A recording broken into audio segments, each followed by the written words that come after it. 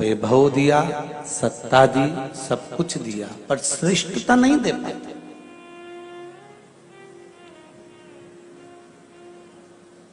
शिवजी की पूजन करने वाले, भगवान शंकर की आराधना करने वाले, आस्था चैनल के माध्यम से जितने लोग कथा सुन रहे हैं, फेसबुक यूट्यूब पर जितने लोग कथा सुन रहे हैं, और इस पावन प्रांगण में बैठकर जितने लोग कथा सुन रहे हैं, उनसे एक बात कहूंगा, आपके पास में अगर शिव जी को देने के लिए जल भी नहीं हो, बेलपत्र भी नहीं हो, अक्षत का एक दाना भी नहीं हो, एक पुष्प की पंखड़ी भी नहीं हो, तो भी शिव मंदिर जरूर जाना और शंकर जी के मंदिर में केवल भोलेनाथ जी को देखकर केवल एक स्माइल और श्री शिवाय नमस्तुभ्यम कहकर आ जाना, उतने में भी शिव स्वीकार कर लेगा।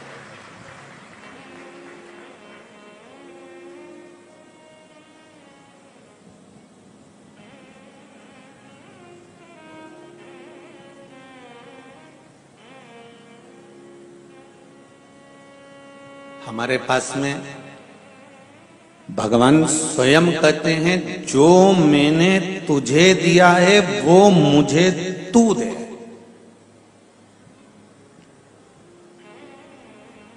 भगवान ने कभी ये नहीं कहा कि मुझे वस्त्र देना, भगवान ने कभी ये नहीं कहा कि मुझे आभूषण देना, भगवान ने ये कभी नहीं कहा कि मुझे बागंबर पीतांबर ये देना। भगवान कहते हैं, जो मैंने तुझे दिया है तू वो दे दे। क्या दिया है भगवान ने? तो कहा, ये शरीर दिया है परमात्मा ने, ये मन दिया है परमात्मा ने, ये आत्मा, ये चित्त, ये परमात्मा ने दिया है। इसलिए तू परमात्मा को अपना ये दिल दे दे। भगवान ये नहीं कह रहे कि तू वस्त्र देना, तू आभूषण देना, तू धन देना, कि तू वैभव देना, तू सत्ता देना।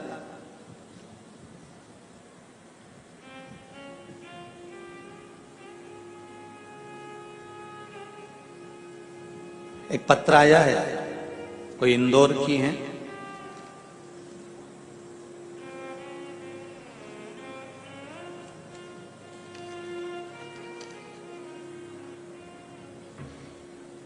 जो पत्र पढ़े हैं वो ये हैं, जो नहीं पढ़े हैं वो अभी यहाँ पर ढेर लगे हैं। ठीक है, इनको भी बीच में कभी भजन आएगा तो पढ़ेंगे।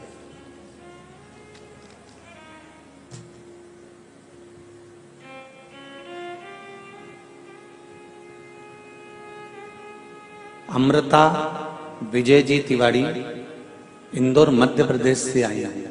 कहीं हैं? आप ही हैं? दोनों हाथ हिला दो एक बार। हर हर महादेव। भगवान शिव की कृपा ऐसी हुई है गुरुदेव, मेरी शादी को 15 साल हो गए, फिर भी खुद का मकान का काम पूर्ण नहीं था। पशुपतिनाथ का व्रत मैंने किया और माँ ने पूर्ण रूप से व्रत किया। तीसरे ही सोमवार को हमारे मकान का काम बाबा की कृपा से पूर्ण हुआ। गुरुदेव, चौथे सोमवार को हमें पता चला कि मेरी भतीजी के प्रेमा तिवारी के 5 वर्ष की है, उसके दिल में छेद है और डॉक्टर ने ऑपरेशन का बोला है। ऑपरेशन के लिए हम लोग हैदराबाद आए हुए हैं। तब बाबा पे विश्वास रखकर शिव महापुराण की कथा सुनने के लिए यहां बैठे हैं। ऑपरेशन का डॉक्टर बोले हैं, पर एक मन था कि 5-7 दिन की शिव पुराण की कथा सुने, उसके बाद में एक बार जांच कराएं, फिर सोचेंगे कि ऑपरेशन कराना है कि नहीं कराना। अगर विश्वास लेके बैठे हो तो बाबा कृपा जरूर करेगा और करुणा जरूर करेगा। और ये विश्वास मानकर चलो कि अगर मेरे शिव ने चाहा तो ऑपरेशन वो खुद करेगा, तुम्हें करवाने की जरूरत नहीं पड़ेगी। ये शिव की कृपा बैठी है। हर हर महादेव। शंकर की उदारता इसको कहते हैं।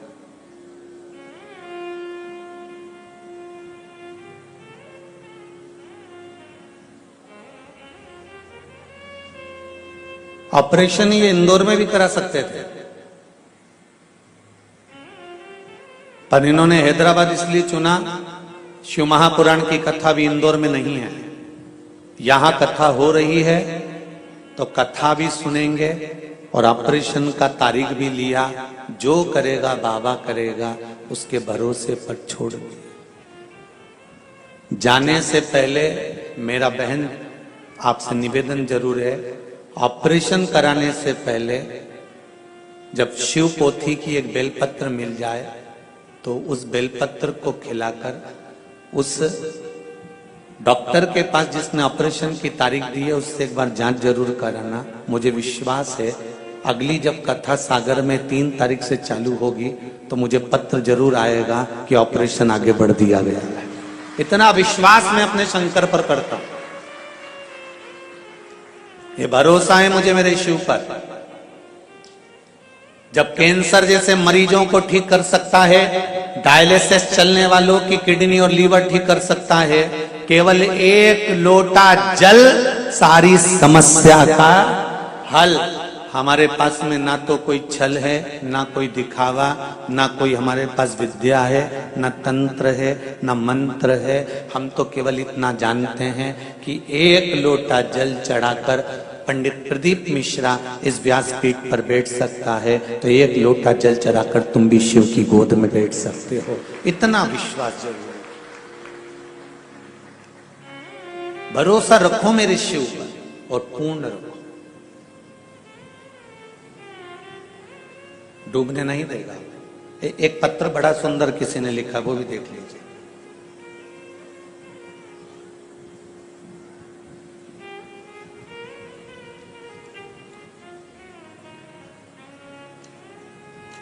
बासंती बंदगी, दीपक जी बंदगी, महाराष्ट्र सोलापुर से आए हैं। कहां बैठे हैं जी? आप ही हैं? दोनों हाथ हिला तो एक बार। हर हर महादेव। जितने पत्र यहां आते हैं ना तो इन लोगों से हम लोग कभी मिले हुए होते हैं और ना हमारा संपर्क हो पाता है। बस केवल ये व्यासपीठ और आपका संपर्क इस व्यासपीठ तक है। ये पत्र आप लोग बड़े दिल से लिखते हैं, हृदय से लिखते हैं। टीवी के माध्यम से जितने लोग कथा सुनते हैं और कोई उपाय करता है, उपाय करने के बाद उसको जब कोई फल बाबा देता है तब ये पत्र इस व्यासपीठ पर आते हैं। पत्र में बसंती जी बंदगी, दीपक जी बंदगी बेटा महाराष्ट्र सोलापुर से हैं। मैं बसंती बंदगी, हम महाराष्ट्र सोलापुर से आए हैं। हम 1 साल से कथा सुन रहे हैं। पत्र आस्था चैनल के माध्यम से भी पढ़ सकते हैं। कहीं गुरुदेव कोई दूसरा पत्र तो नहीं बाच रहा है, आस्था चैनल के माध्यम से भी आप पत्र पढ़ लें। हम 1 साल से कथा सुन रहे हैं। मेरी बेटी की बच्ची 6 साल की है, उसके बाद उसको बच्चा नहीं हो रहा था, इसलिए अस्पताल में दिखाया तो उन्होंने कहा कि ऑपरेशन करना पड़ेगा, तब बच्चा होने की संभावना, तब भी बच्चा होने की संभावना नहीं है। और इस ऑपरेशन का खर्चा 50,000 बताया था। तो मेरी बेटी ने पशुपतिनाथ का व्रत किया और वो सफेद आंकड़े की जड़ का जो प्रयोग आपने बताया था वो भोले बाबा की कृपा से करना प्रारंभ करा। अब बाबा की कृपा से मेरी बेटी के महीना चढ़ा हुआ है और उसके यहाँ संतान होने वाली है। हर हर महादेव। बैठिए बहन, बैठिए। बहुत बहुत बधाई आपको। शिव कृपा है।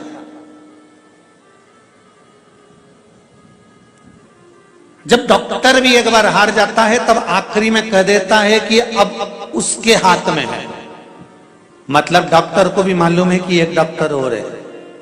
अकाल मृत्यु वो मरे जो काम करे चंडाल का, काल उसका क्या बिगाड़े जो भक्त हो महाकाल। शिव की उपासना करने वाले। एक पत्र में तो बाहेती जी, एक पत्र में आप लोगों के लिए ही पूरा विधान लिखा है कि बाहेती परिवार को हमारी भी उम्र लग जाए जिन्होंने हैदराबाद में शिव महापुराण की कथा करवा दी है। ये पत्र में लिखा है, उनका भी मैं पत्र पढ़ूंगा भी। शिव कृपा इसको कहता है।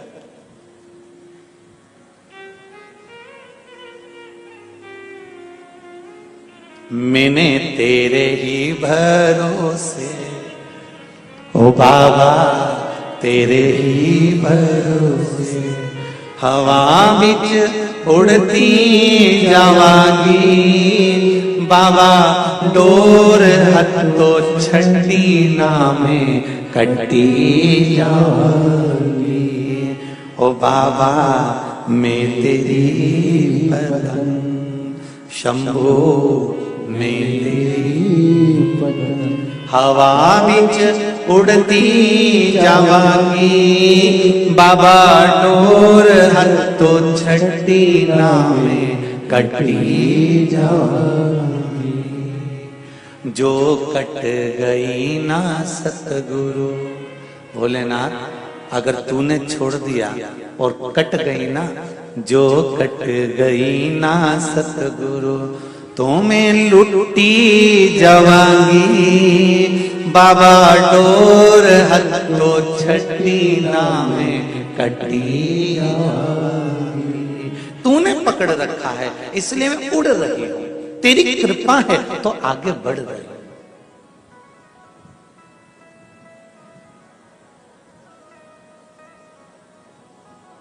ऐसा नहीं है जीवन में दुख नहीं आया।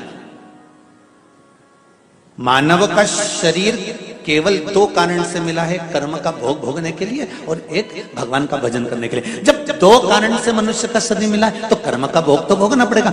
सुख आएगा तो दुख भी आएगा, दुख आया है तो सुख भी आएगा, ये दोनों चलते रहेंगे। पर उस दुख में परमात्मा का भजन करते रहना है और सुख में भी उसको याद करते रहना है। डल्लब के गद्दे पे सो रहे हो, सोफे पर बैठे हो, एसी के कमरे में बैठे हो, खूब आराम से तुम आनंद के साथ में गोलगप्पा खा रहे हो, चाहे तुम छम्मक लड्डू खा रहे हो, चाहे तुम पानी बतासा खा रहे हो, जो खा रहे हो उसमें परमात्मा को याद करते हुए कि तेरी कृपा से आज मुझे ये शरीर मिला है, तेरी कृपा से आज मैं ये चाट खा रहा हूं, तेरी कृपा है जो मैं इतने प्रेम से खूब आनंद से भोजन कर रहा हूं। नहीं तो कई तो 30 साल के 25 साल के कैंसर हॉस्पिटल में पैसे के बैग लेकर खड़े हैं कि मेरी बहू को ठीक कर दो, मेरे बेटे को ठीक कर दो। अरे उनको देखकर परमात्मा से कहना कि तूने मुझे सही रखा है, ये तेरी कृपा है, तेरी कृपा नहीं होती तो आज मैं भजन नहीं कर पाता, ये तेरी उधार।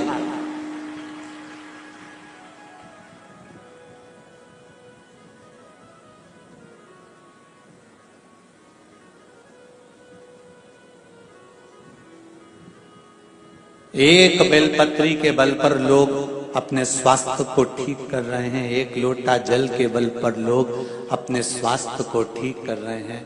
ये शिव की उदारता है।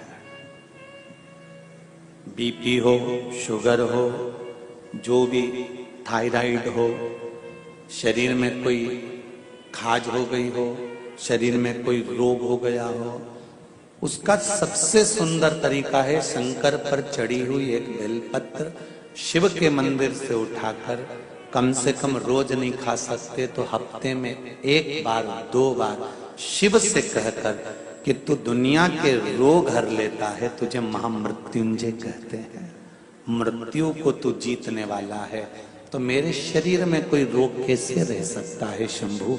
और उस बेलपत्र का सेवन करना है।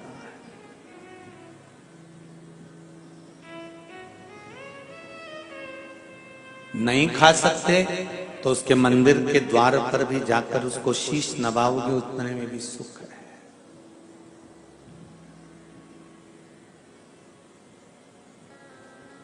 शंभु शंकर मृत्यु लोक के देवता, पृथ्वी के।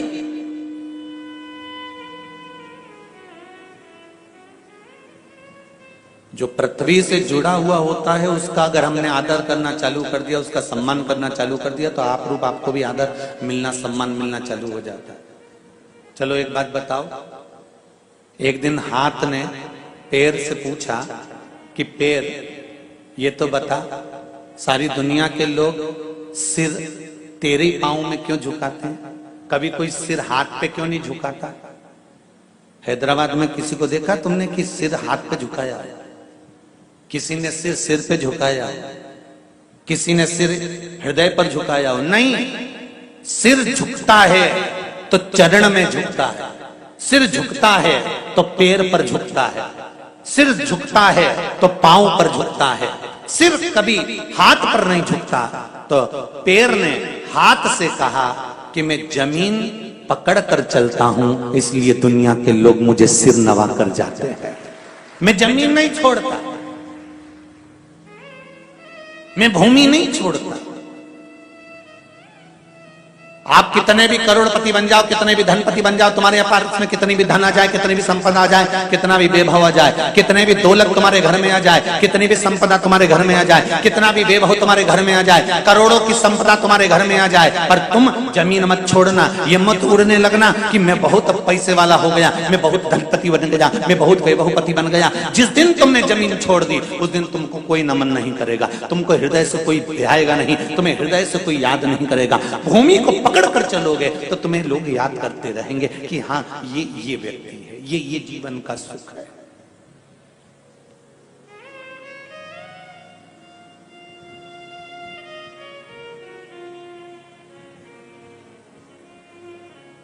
मेरा वो घरदानी इस मृत्यु लोक का देव है, आदिदेव महादेव है।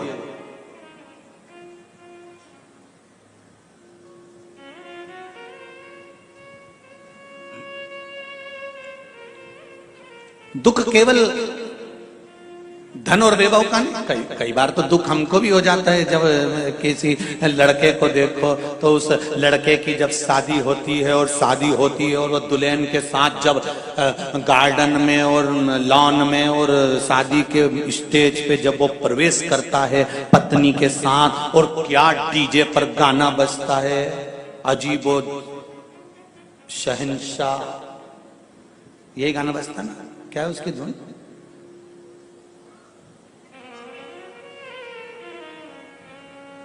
और जब वो आता है दुल्हन के साथ में और फुलझड़ियां छूटती है और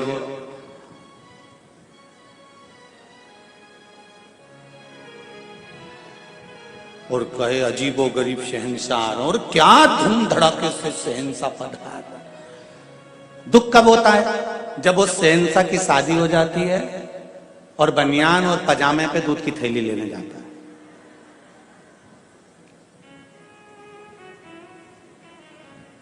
तब हृदय में दुख होता है। अभी 20 दिन पहले तो अजीब हो गई, शहंशाह बन रहा था, अभी कितनी शान से शादी करी थी और बनियान पजामे पे पानी भर रहा है, दूध की थैली लेकर आ रहा है।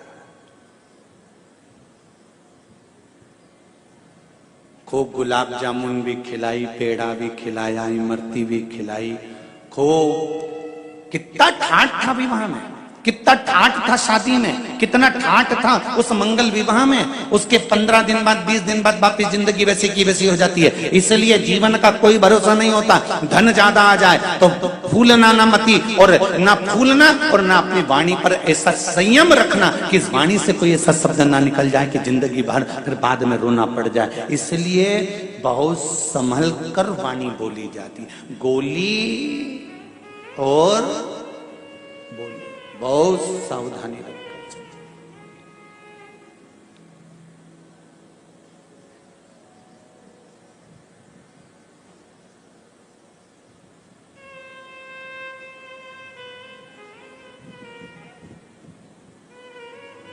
आपकी वाणी में अगर संयम है, धन के वैभव से आप ये ना सोच रहे हैं कि बहुत बहुत वैभव मिल गया तो आपको बहुत आनंद के, ना ना ना ना। भगवान अगर धन देता है तो परीक्षा करने के लिए देता है, भगवान धन वापिस लेता है तो परीक्षा करने के लिए लेता है। उसको मालूम है क्या करना है उसको।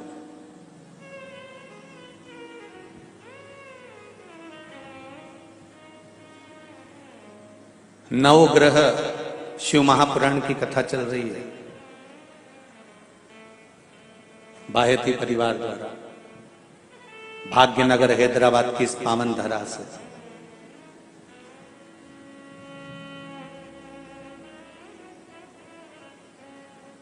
अभिमान तो राजा देवराज इंद्र को भी आ गया था।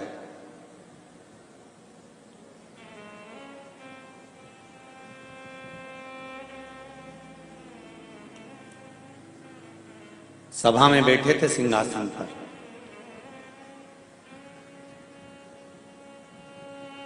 और सिंहासन पर बैठे बैठे उस समय पर अप्सराओं का नृत्य देख रहे थे और देवगुरु बृहस्पति का आगमन हो गया था।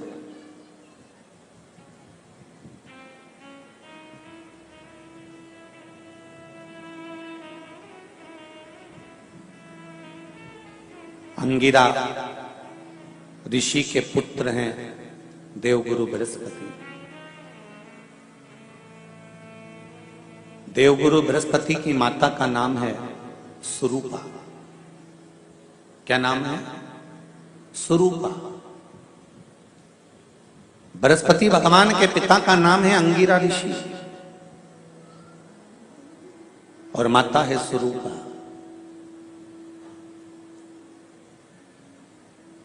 जिनके घर में देवगुरु बृहस्पति का आगमन हुआ है, प्राप्ति हुई है। स्वरूपा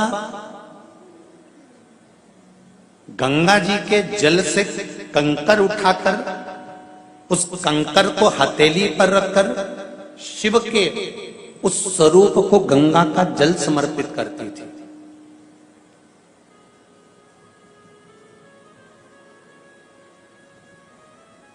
एक बहुत सुंदर बात कहेंगे, पहले की शिव महापुराण में ये चरित्र नहीं आया तो आप ध्यान से सुनिएगा।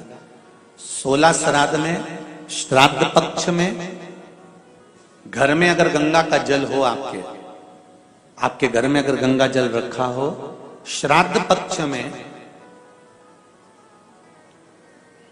तुलसी के क्यारे के पास में एक छोटी सी कटोरी रखकर घर का कोई भी व्यक्ति, चाहे महिला हो, पुरुष हो, पुत्र वधू हो, बच्चे हों, कोई भी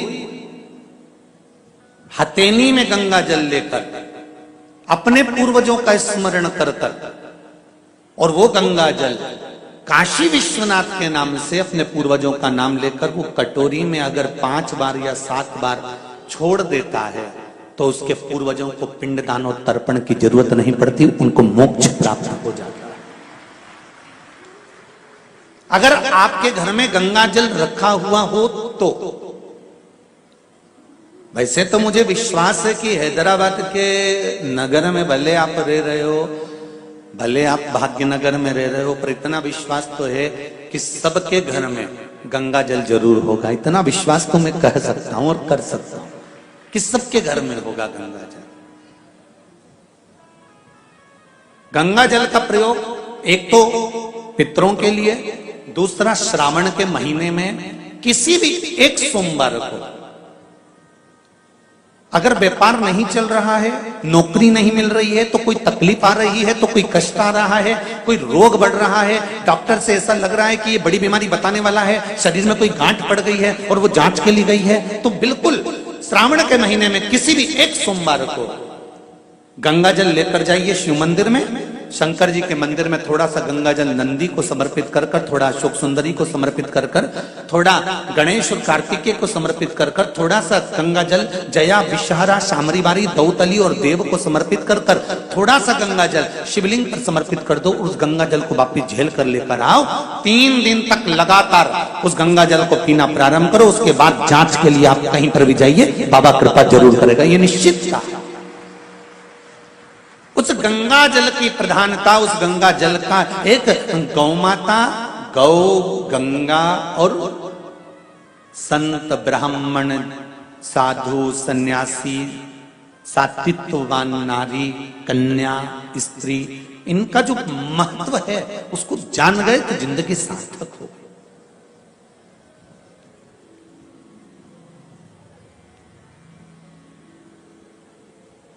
इसके महत्व को जानना बड़ा बहुत जरूरी है।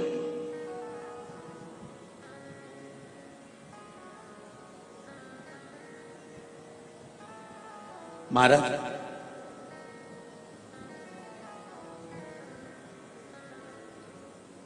गंगा का जल हाथ में, तो यहां पर स्वरूपा बृहस्पति महाराज की माता जी हाथ में कंकर रखती हैं गंगा नदी का, गंगा जल का, और हाथ की अंजलि में गंगा जल लेकर उस कंकर पर शिव मानकर जल समर्पित करती हैं। संतान जो हुई, जो पुत्र हुआ, वो भी शंकर का भक्त हुआ, शिव का भक्त।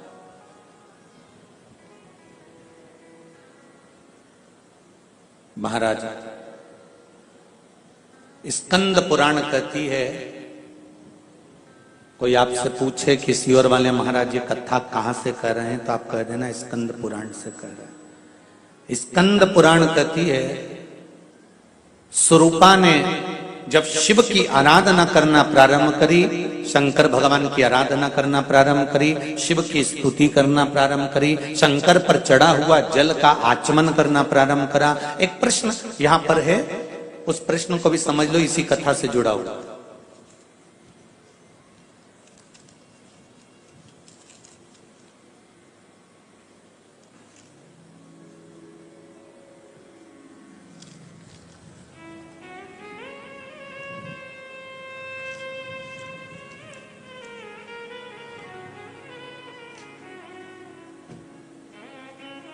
नाम नहीं लिखा है पर प्रश्न अच्छे हैं। हर हर महादेव घर घर महादेव लिखा है उन्होंने, नाम नहीं लिखा है। जिनने पत्र लिखा हो, कुछ प्रश्न हैं इसमें, 1 2 3 4 5 प्रश्न हैं। जिसने लिखा हो वो खड़े होकर हाथ हिला सकते हैं। 5 प्रश्न हैं इसमें। यदि किसी को 2 रुद्राक्ष प्राप्त हो जाते हैं तो क्या एक रुद्राक्ष किसी मित्र रिश्तेदार आदि को दे सकते हैं? जिसने पत्र लिखा है वो खड़े होकर अपना हाथ हिला सकते हैं। हाँ, यदि आपके पास में रुद्राक्ष 2 हैं और वो रुद्राक्ष सिद्ध करे हुए हैं, सिद्ध करने का मतलब ये है कि भगवान शंकर को समर्पित कर कर रुद्राष्टाध्यायी द्वारा भगवान शंकर का अभिषेक पूजन कर कर उस रुद्राक्ष को विधि विधान के अनुसार शहद घृत से लिप्त कर कर शंकर भगवान के शिवलिंग पर स्वीकृत कर कर अशोक सुंदरी वाली स्थान से उठाकर जया विषहरा सामरी वारी को समर्पित कर कर अगर वो रुद्राक्ष सिद्ध किया गया है तो वो रुद्राक्ष आप अपने रिश्तेदारों को भी दे सकते हो, उसको धारण करा सकते हो।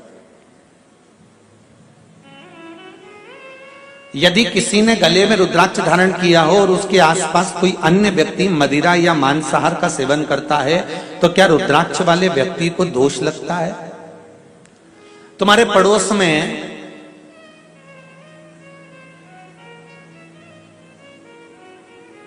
कोई गलत काम कर देगा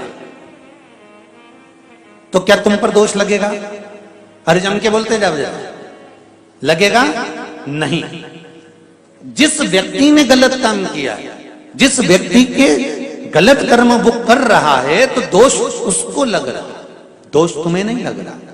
तुम्हारे रुद्राक्ष पहनने का फल तो ये होता है कि रुद्राक्ष अगर हमने धारण किया है तो वो रुद्राक्ष धारण करने से हमारे शरीर में अगर नेगेटिव कोई ऊर्जा आ रही है तो वो भी समाप्त होकर वापस पॉजिटिव में बदल जाती है। ये रुद्राक्ष की महत्वता, ये रुद्राक्ष की मूलता।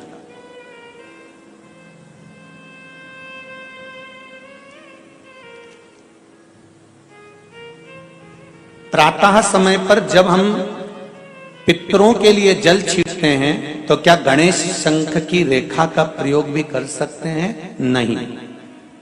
एक बात का ध्यान दीजिएगा, गणेश मुखी जो शंख होता है, जो बच्चा तोतरा बोलता है, जिसकी वाणी नहीं होती, श्रवण शक्ति किसी बुजुर्ग व्यक्ति की हो, जवान व्यक्ति की हो, या कोई अधेड़ जिसकी श्रवण शक्ति कम होती चली जा रही है, जिसके सुनने की शक्ति कम हो रही हो, बोलने की शक्ति कम हो, वाणी में हकलापन हो, तोतरापन हो, गणेश मुखी शंख वहां काम आता है। गणेश मुखी शंख का प्रयोग वहां होता है। और गणेश मुखी शंख का एक प्रयोग और है, यदि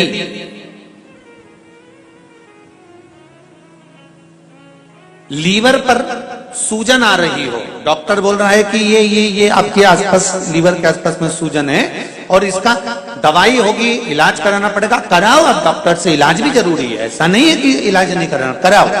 पर उसके साथ में गणेश मुखी जो शंख है उसके जल का आचमन भी जरूरी है, उसमें फायदा मिलना प्रारंभ। पर होना चाहिए गणेश मुखी शंख। शंख की भी बड़ी विधानता है साहब। एक राक्षस मुखी शंख होता है, जो राक्षस वृत्ति शंख होता है। वो राक्षस वृत्ति शंख अगर घर के अंदर रहता है तो जरा सा कपड़ा पड़ा है तो उसके पीछे विवाद हो जाता है, पानी गिर गया तो विवाद, 5 मिनट बहू लेट उठकर आई तो विवाद, भोजन में कुछ त्रुटि हो गई तो विवाद, भाई भाई में कोई क्लेश हो गया, जरा सी बात हो गई तो विवाद, देवरानी जेठानी में, इसको कहते हैं राक्षसी शंख की महत्वता। वो शंख जब तक घर के अंदर रहता है तब तक वो आपको अशुद्धता का भाव देता ही रहता है। समझ में नहीं आता। हमने पत्रिका भी दिखाई, हमने वास्तु शास्त्रियों को भी दिखाया, हमने नारायण नाग बलि भी करवाया, हमने कालसर्प दोष भी करवाया, हमने वास्तु पूजन भी करवाया, हमने सारी पूजन करवाई, उसके बाद भी घर में शांति क्यों नहीं है? तो मतलब पूजन वाले स्थान पर कोई शंख ऐसा रखा हुआ है जिस शंख के कारण हमें दोष लग रहा है। हम सब कुछ बदल दिए पर पूजन के स्थान पर हमने नहीं देखा कि हमने क्या चीज ऐसी रखी है जिससे हमको तकलीफ हो रही है। चलो और सरल भाषा में समझ जाइए। डॉक्टर के पास जाते हो तो डॉक्टर को कहोगे कि मेरे को पेट दुख रहा है, तो डॉक्टर पेट दुखने की अकेले की गोली देगा क्या तुमको? जम के बोलो जरा, जितने लोग भी बैठे, केवल पेट दुखने की गोली देगा क्या? नहीं, पेट दुखने के साथ में वो 3-4 गोली जरूर लिख कर देगा कि इसका साइड इफेक्ट इस पर ना हो, इससे इसको लॉक करूंगा, इससे एसिडिटी ना हो, इससे ये परेशानी। 3 या 4 तरह की गोली डॉक्टर लिख देता है। सिर दुखा, उसने 3-4 गोली दी। बीपी गड़बड़ हुआ, उसने दिया कि ये ले लेना भैया, जब बीपी लेवल पर जाएगा तब 1 गोली पर लाकर छोड़ देंगे, फिर 1 गोली लेते रहना। उसी तरह हमारे जीवन में भी हम जो पाठ कर रहे हैं, हम जो पूजन कर रहे हैं, हम जो अर्चना कर रहे हैं, हम जो चाकरी कर रहे हैं, हम जो स्मरण कर रहे हैं, उसमें क्या पाठ हम कर रहे हैं, हम क्या स्मरण कर रहे हैं? उस पूजन वाले स्थान पर कोई कमी तो नहीं है हमारे? आप आए नहीं और सुबह हो गई, मेरी पूजा की थाली धरी की धरी रह गई। क्यों धरी रह गई? क्यों नहीं आए? मीरा ने बुलाया, भगवान आए। कर्मा ने बुलाया, भगवान आए। नामदेव जी ने बुलाया, भगवान आए। तुकाराम जी ने बुलाया, भगवान आए। तो हम भी तो रोज बुलाते हैं, 1 लोटा पानी लेकर जाते हैं, फिर भगवान क्यों नहीं सुनते? कुछ कमी है हम, वो कमी को हमें छाटना। सीढ़ियां बदल दी, वास्तु के हिसाब से मकान बना लिया, फ्लैट बना लिया, व्यापार भी अच्छा चल रहा है, पैसा भी आ रहा है, फिर घर में शांति क्यों नहीं है? 4 लोग खाने वाले, सास है, ससुर है, बहू है, बेटा है, उनके छोरा छोरी है, फिर शांति कहां गई? कोई कारण हो सकता। उस समय पर गंगा जल का प्रयोग करिए। गंगा जल का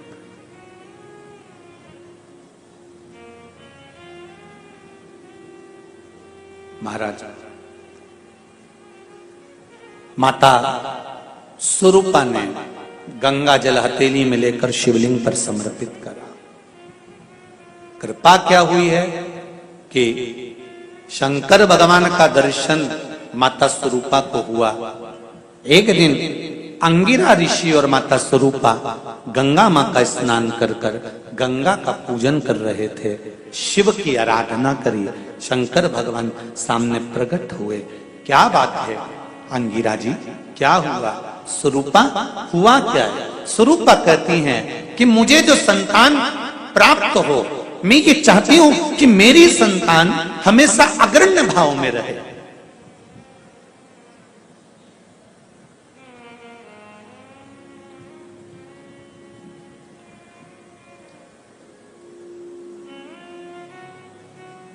दुनिया में केवल एक मां और एक बेटा, ये दोनों ऐसे होते हैं। बेटे की निगाह में मां हमेशा सुंदर होती है और बेटे की निगाह में मां सुंदर है और माता की निगाह में बेटा सुंदर है।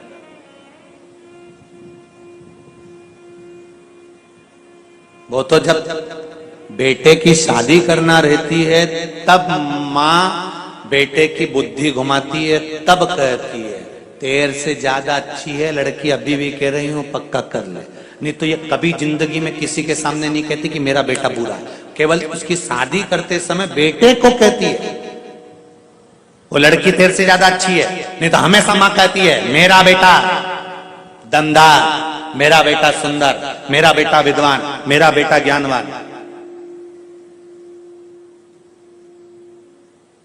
एक छोटा सा बच्चा मेले में माँ का हाथ पकड़कर जा रहा था। कहीं मेले में कहीं बंदर का नृत्य देखते देखते छूट गया। माँ ढूंढ रही है, बेटा भी ढूंढ रहा, रो रहा है। पुलिस वाले आ गए, बच्चे को पकड़ा, लेकर गए, उसको समझाया, मेले में आए, अनाउंस करा, पूछा तुम्हें तुम्हारी माता का नाम मालूम है? नहीं मालूम। पिताजी का नाम नहीं मालूम। तुम्हारी माँ कैसी लगती है? बहुत सुंदर है मेरी माँ, बहुत सुंदर है। हाँ, अनाउंस करा गया। उस बच्चे को ले जाकर माताओं को दिखाया गया। वो माँ नहीं मिली, शाम हो गई। तब शाम के समय पर माँ सामने से आ रही थी। बच्चा गया और माँ के गले लग गया। माँ के गले लगा तो क्या देखा उन पुलिस वालों ने कि उसकी माँ का जो चेहरा था एकदम काला था, एकदम काला। उसकी माँ एकदम काली थी, एकदम काला चेहरा, भयंकर उसका स्वरूप लग रहा था। और बच्चा उसकी गोदी में जाकर चीखने लग गया, माता के हृदय से लग गया और रोने लगा। इतने में तुरंत पुलिस वालों ने कहा, तू तो कहता था तेरी माँ बड़ी सुंदर है। यही तो मेरी माँ है। बच्चे की निगाह में माँ कैसी भी हो, माँ हमेशा सुंदर होती है। और माँ की निगाह में बेटा कैसा भी हो, वो हमेशा सुंदर ही होता है। वो हमेशा सुंदर, वो हमेशा एक ही बात कहती है, मेरा बेटा तो चंदा है, मेरा बेटा तो सूरज है।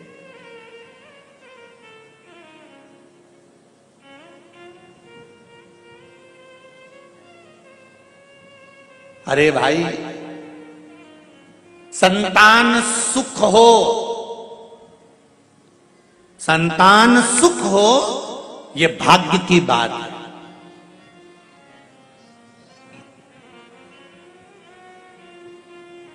संतान सुख हो, यह भाग्य की बात है। पर संतान से सुख हो, यह सौभाग्य की बात है।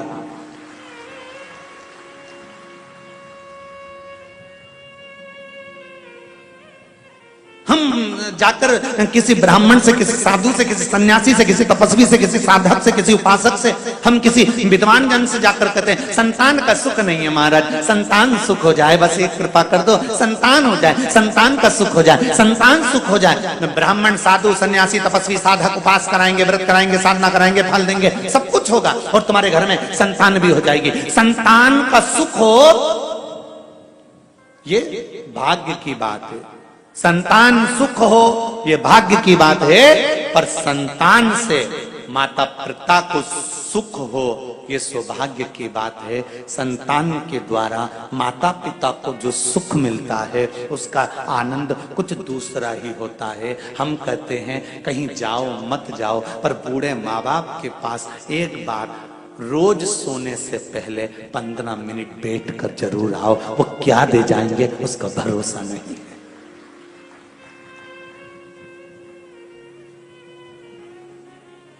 ना बेटों को फुर्सत है, ना बहुओं को फुर्सत है।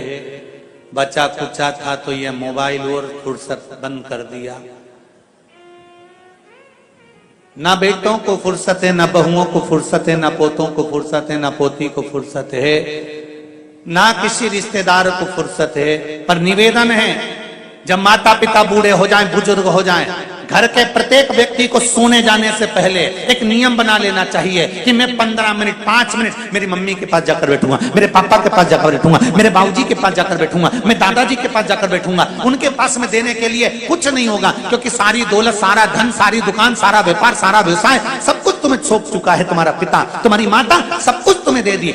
लाकर में चाबी भी लगाने तुम जाते हो, अलमारी खोलने तुम जाते हो, चाबी लगाने तुम जाते हो, सब कुछ माता पिता ने तुमको दे दिया। अब एक काम करो, तुम्हारे माता पिता के पास में धन भले नहीं होगा, वैभव भले ना होगा, पर रोज प्रतिदिन सोने से पहले अगर 10 मिनट तुम माता पिता के पास जाकर बैठोगे, तो ये शिव महापुराण की कथा कहती है कि वो धन भले नहीं देगा, पर दिल से जाते जाते आशीर्वाद दे दिया तो जीवन सार्थक हो जाएगा। सार्थक।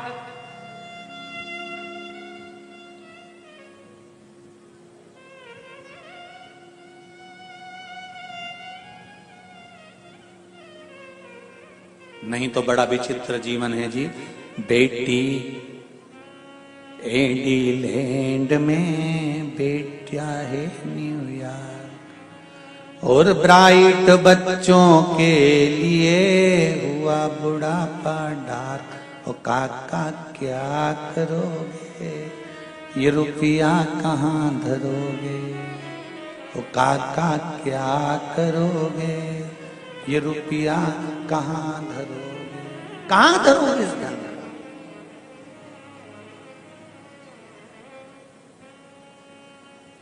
धन का करोगे क्या?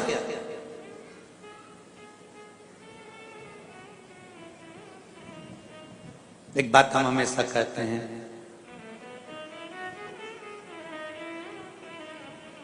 दुनिया की सारी मिठाई एक तरफ रख दो और छोटे बच्चे के लिए माता का स्तनपान एक तरफ रख दो। बच्चे को वो मिठाई में सुख नहीं होगा जो माता के स्तनपान में सुख होगा। माता के स्तनपान में जो सुख होगा।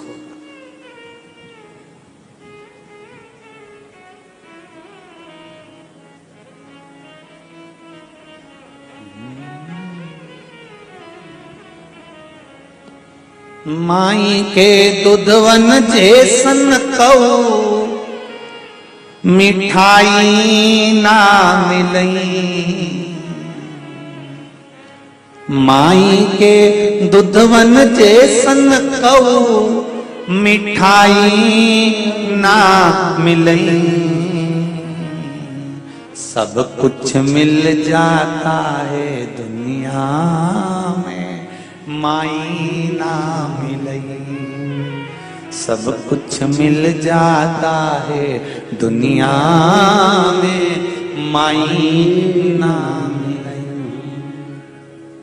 खुद गीले में सोती है, तुझे सूखे सुलाती। खुद भूखी रह जाती है, तुझे निवरा खिलाती। माई के आशीष जैसन कऊ, माई के आशीष जैसन कऊ आशीष ना मिलई। सब कुछ मिल जाता है दुनिया में, माई ना मिलई। सब कुछ मिल जाता है दुनिया में, माई। आज स्वरूपा कह रही है बाबा से, मुझे संतान हो तो वो हो जो वैभववान हो। आप भी भगवान से प्रार्थना करना कि भोलेनाथ मुझे संतान दो, मना नहीं। संतान का सुख दो, मना नहीं। पर संतान ऐसी देना जो मुझे सुख दे, मेरे बुढ़ापे में मेरा साथ दे।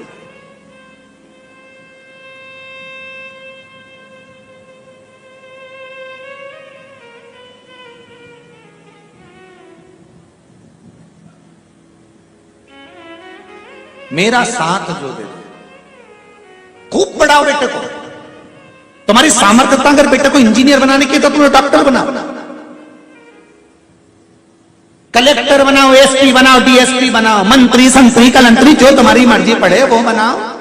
खूब पढ़ाओ बच्चों को, बेटों को, बेटियों को, खूब टपट के पढ़ाइए, खूब आगे बढ़ाइए, मना नहीं है। पर बेटों को पढ़ाने के साथ, बेटियों को पढ़ाने के साथ थोड़ा संस्कारवान भी बनाइए, क्योंकि आपका बुढ़ापा उसी से सुधरेगा। आपका बुढ़ापा वही सुधरेगा।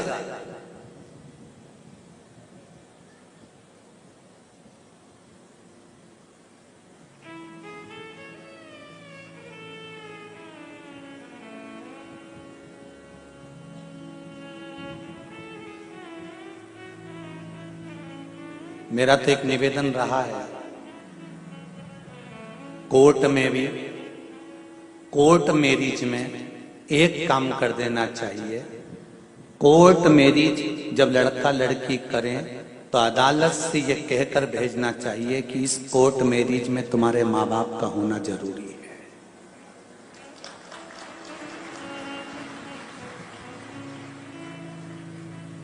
बाप का घर कोई रेस्टोरेंट नहीं है कि 20 साल तक माँ बाप अपनी बेटी को पाल पोस कर बड़ा करें।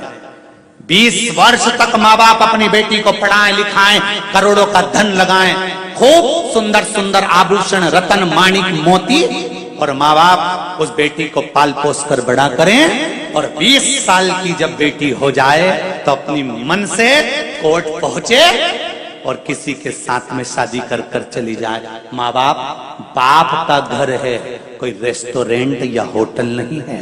इसलिए अदालत में हो जाना चाहिए कि कोर्ट मेरी जब होगी जब तुम्हारे माँ बाप होंगे जिन्होंने 20 साल तक तुम्हें पाल पोस कर बड़ा करा है।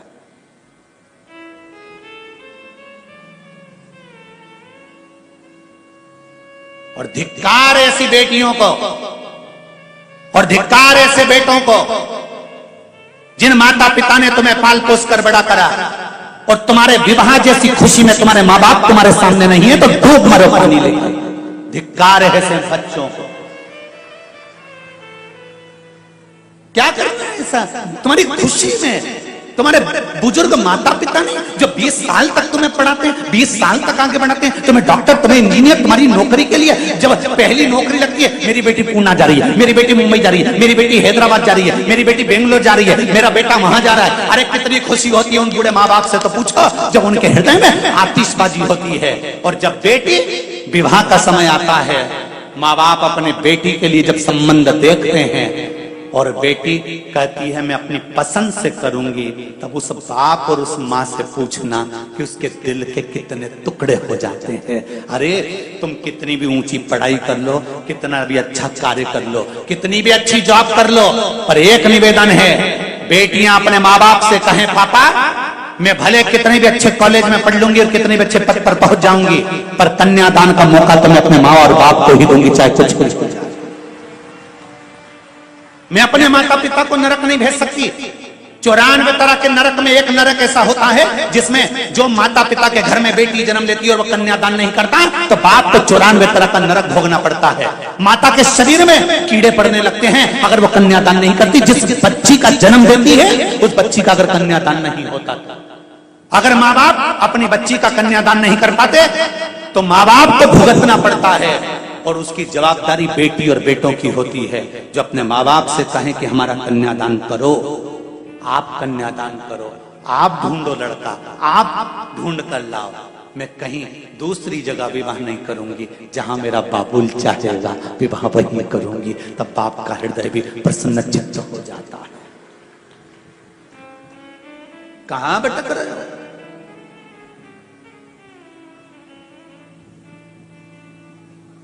सियोर वाले महाराज की थोड़ी सी बातें लोगों को बुरी जरूर लगती है, भले लग जाए। एक बार कोरोना की वैक्सीन लगवा लोगे तो कोरोना अटैक नहीं करेगा। ये वही वैक्सीन है, थोड़ा सा लग गया तो जीवन की सार्थकता हो जाएगी, जीवन का आनंद प्राप्त हो जाएगा। बाप का घर है, पिता का घर है, ये होटल नहीं है। और उस पिता के घर का एक आनंद की अनुभूति सुख देने वाली है। स्वरूपा ने कहा कि मेरे घर में संतान हो, वो संतान वैभववान हो, मेरे घर में औलाद हो, वो औलाद वैभववान हो। और शिव जी ने कहा स्वरूपा तेरे गर्भ से जो संतान होगी वो संतान कोई साधारण नहीं होगी, देवताओं का भी जो गुरु बनेगा वो बृहस्पति तेरे गर्भ से जन्म लेगा। तो क्यों चिंता करती है, वो बृहस्पति तेरे गर्भ से आया।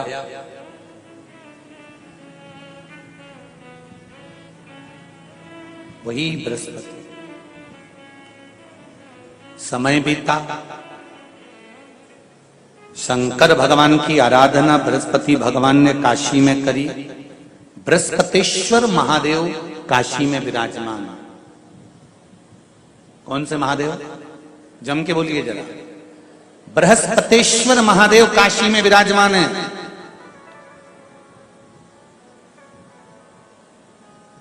जो अंगूठी में पुखराज नहीं पहन सकते, जिनकी भाग्य रेखा उल्टी चल रही हो, बृहस्पति चमक ही नहीं रहा हो, जिस काम में हाथ डालते हैं वो काम पूरा ही नहीं होता हो, तो एक बार काशी जाना, बृहस्पतिश्वर महादेव का स्पर्श करना, उनका अभिषेक पूजन करना और उनका स्पर्श कर कर एक बेलपत्र ब्राह्मण देवता से मांग कर लेकर आ जाना कि इन बृहस्पतिश्वर महादेव से मुझे एक बेलपत्र दे दो। तुम्हें पुखराज पहना कि नहीं पहना, हीरा रतन माणिक पहना कि नहीं पहना, वो बेलपत्र इतना चमत्कार कर देगी कि जिंदगी में कभी संपदा की कमी आएगी ही नहीं।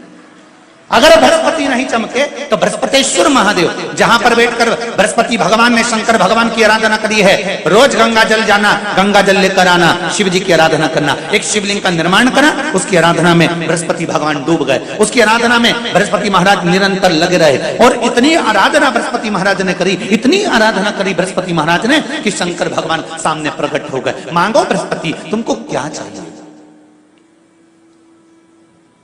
कुछ नहीं, केवल आपका भजन। नाम रख दिया, तुम्हारा नाम बृहस्पति रहेगा। बृहस्पति भगवान का एक नाम बृहस्पति भी रख दिया और तुम साधारण नहीं रहोगे। तुमने मेरी आराधना करी है तो देवताओं के गुरु बनकर विराजमान होगे। अब अभी तक 2 भार इंद्र के पास में थे, बहुत ध्यान देकर समझना ये नवग्रह कथा को। 2 भार थे इंद्र के पास। इंद्र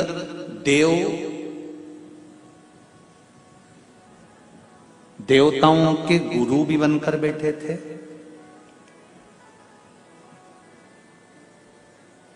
देवगुरु बृहस्पति की जगह पूर्व में इंद्र ही देवगुरु का पद संभाल रहे और देवराज का पद भी इंद्र के पास में था। कौन कौन से पद थे? जम के बोलो जरा। पहला पद देवराज इंद्र का, दूसरा पद देवगुरु, देवगुरु का पद भी इंद्र के पास में था और देवराज का पद भी इंद्र के पास में था। ये 2 पद जब होता है साधारण भाषा में आप ले लीजिए, किसी के पास में अध्यक्ष का पद भी है, किसी के पास में और कहीं का पद भी है, 2-3 पद उसके पास में विराजमान है, तो उसके पास में 2-3 पद अगर विराजमान है तो फिर उससे अगर एक पद ले लिया जाता है तो उसको अहंकार आ जाता है, उसको गुस्सा आ जाता है कि बताओ अभी तक तो मुझे पूछा जा रहा था, अब तुम तो वो पद पे भी जान दो। जैसे तुम किसी कुर्सी पर बैठे हो, कथा सुन रहे हो और इतने में कोई रिश्तेदार बाहेती जी का आ गया और तुम बढ़िया आराम से बैठे थे और बैठे बैठे इतने में बाहेती परिवार से कोई आया और उसने तुमको उठाया, प्लीज थोड़ा सा, और तुम्हें उठाकर दूसरी जगह बिठा दिया और उन्होंने अपने वाले को कुर्सी पर बिठा दिया। अब बोलो, जो उठा, जिसको उठाया था उसका भगोने जैसा मुंडा हुआ कि नहीं हुआ? अरे बोलो तो, अपन दूर कथा नहीं जाते, कथा अपन अपने ऊपर लेके चलो कि अपन कैसे समझे इस कथा को। बहुत अगर गहन तत्व की कथा सुनेंगे तो समझ में आएगी नहीं। यहाँ से सुनी, यहाँ से निकाल दी, बच्ची कुछ दी, ऊपर से निकल गई और मालूम पड़े थोड़ी देर बाद माताएं कुर्सी पे बैठी बैठी। अब फिर तो अपन तो अपने पर लेकर चलो ना, कि जैसे कोई आप कुर्सी पर बैठ गए और इतने में इनके रिश्तेदार कोई आए और आने पर उन्होंने कह दिया तुम यहाँ से उठो, दूसरी जगह जाके बैठो, इतने में तुमको बुरा लग गया, बुरा लगा, मुंह भगोने जैसा हो गया, गुस्सा आ गया। उसी तरह इंद्र के पास में 2 सत्ता थी, एक देवराज इंद्र थे और दूसरे गुरु का पद भी इंद्र के पास में था। देवताओं के गुरु बनकर इंद्र घूम रहे थे, पर अब उल्टा हो गया। शंकर भगवान ने बृहस्पति महाराज को देवगुरु बना दिया।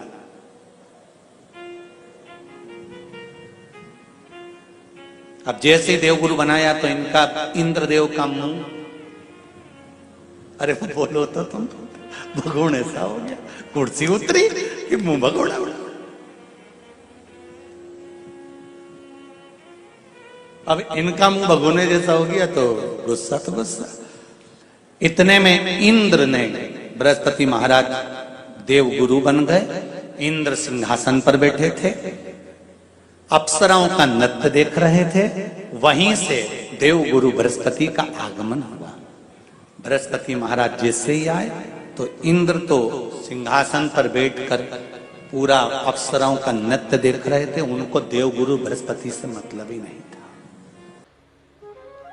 उत्तर दिशा का मूल क्यों है? हमारा वेद, हमारा शास्त्र कहता है, एक बार अष्टावक्र जी, अष्टावक्र ऋषि, अष्टावक्र मुनि बड़े आनंद के साथ संपूर्ण ब्रह्मांड का सुख ले रहे थे, देख रहे थे। भगवत भजन का सुख, आनंद भक्ति का सुख, शिवोपासना का सुख, राम नाम कृष्ण नाम का सुख, भगवान की विरल भक्ति का सुख, नारायण की भक्ति का सुख, ब्रह्मा की भक्ति का सुख ले रहे हैं। अब कथा में हम कह रहे हैं कि अष्टावक्र जी संसार का सुख, संसार के सुख से मतलब है कि भगवान की अविरल भक्ति का सुख इस मृत्यु लोक में आने के बाद लेना।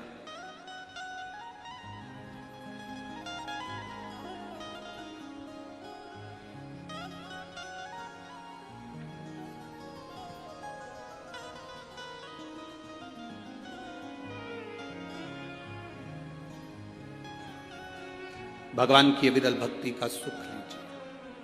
अष्टावक्र जी ने जब भगवान की अविरल भक्ति का सुख लिया, समय आने पर अष्टावक्र जी को लगा कि अब मेरी शादी होना चाहिए, अब मेरा विवाह होना चाहिए। अष्टावक्र जी को मालूम पड़ा कि वदान्य ऋषि की बेटी बड़ी सुंदर है। अष्टावक्र जी वदान्य ऋषि के यहां चले गए और अष्टावक्र बाबा जब वदान्य ऋषि के यहाँ पहुंचे और वदान्य ऋषि जी के यहाँ पहुंचकर उन्होंने कहा वदान्य ऋषि से, ऋषिवर मैं चाहता हूं आप अपनी बेटी का विवाह मेरे साथ में कर दे। वदान्य ऋषि ने अष्टावक्र जी को देखा, देखकर प्रणाम किया, प्रणाम कर कर कहा आप कहते हो कि मैं अपनी बेटी का विवाह आपके साथ कर दूं? अष्टावक्र जी ने वदान्य ऋषि से कहा आप अपनी बेटी का विवाह मेरे साथ में कर। ठीक है, पर विवाह करने से पहले मेरी एक शर्त है। अष्टावक्र जी से वदान्य ऋषि ने कहा मेरी एक शर्त है, क्योंकि बेटी का बाप हूं, शर्त रखने का हक बेटी के बाप को होता है। राजा जनक जी ने भी शर्त रखी थी, जो इस धनुष को उठाएगा, चढ़ाएगा, तोड़ देगा, मेरी बेटी बिहा दूंगा। बेटी रुक्मणी जी के यहां स्वयंवर था, द्रौपदी का स्वयंवर था। ये सब चीजें, लड़की का जो पिता होता है वो संकल्प ले सकता है, बेटी का जो पिता होता है वो कुछ प्रश्न रख सकता है। बेटी का पिता कुछ दृढ़ता रख सकता है, और प्रत्येक बेटी के पिता के अंदर यह भाव होना चाहिए कि वो एक संकल्प ले अपनी बेटी के लिए। प्रत्येक बेटी का पिता एक संकल्प लेना चाहिए। वो संकल्प सबसे मूल ये है कि बेटी की शादी के लिए धन मत देखना कि कौन करोड़पति है, कौन अरबपति है, किसके यहां बेटी देना है। बेटी की शादी के लिए यह देखना कि जिस लड़के के साथ बेटी की शादी कर रहे हो वो लड़का तुम्हारी लड़की का सम्मान करेगा कि नहीं करेगा। वो लड़का बेटी का सम्मान करेगा कि नहीं करेगा। खाने पीने में तो नहीं है, व्यसन में तो नहीं है, नशे में तो नहीं है, कहीं दोस्तों के चक्कर में तो नहीं है, कहीं भटक तो नहीं रहा है। एक संकल्प आपके भीतर होना चाहिए। इतना बड़ा संकल्प राजा जनक जी ने लिया था कि धनुष तोड़ेगा तो बेटी ब्याहूंगा। किसी ने संकल्प लिया था कि जो मछली की आंख में जो तीर मारेगा उसके साथ बेटी को ब्याह। कोई कहे कि ये संकल्प, पहले के राजा बेटी को ब्याहने से पहले स्वयंवर रचते थे। स्वयं महामाया लक्ष्मी जी का भी स्वयंवर हुआ है। स्वयंवर का मतलब क्या होता है? जिसमें बल हो वह जीत सकता है।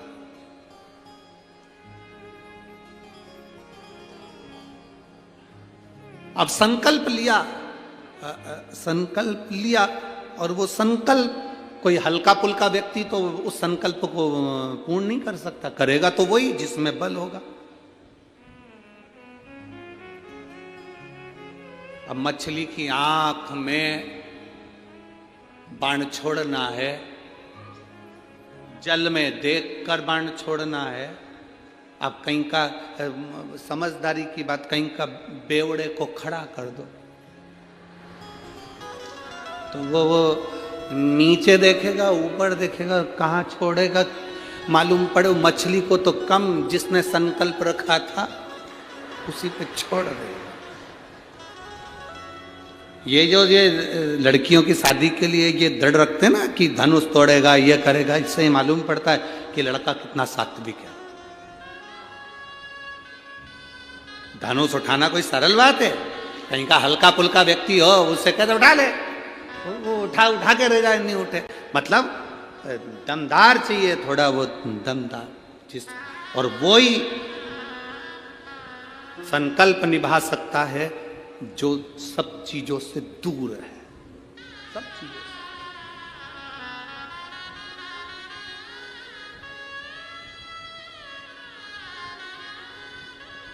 अब हम कौन सा संकल्प लेते हैं आज के जमाने में? कौन सा संकल्प लेते हैं? हम संकल्प लेते हैं कि साहब देखो तुम्हारी कमाई कितनी है। उसने कह दिया मेरा इतना पैकेज है, 8 लाख का, 5 लाख का, 10 लाख का मेरा पैकेज है।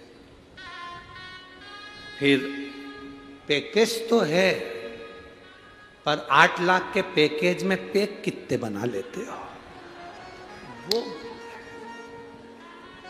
अब तुम तो मालूम पड़े कह रहे पैकेज 8 लाख का है और गए और मदिरा की दुकान पर बैठकर तुमने दोस्तों के साथ बैठकर मालूम पड़े उस को बना बना कर पीकर पूरी जिंदगी नाश कर ली, तो 8 लाख किस काम की?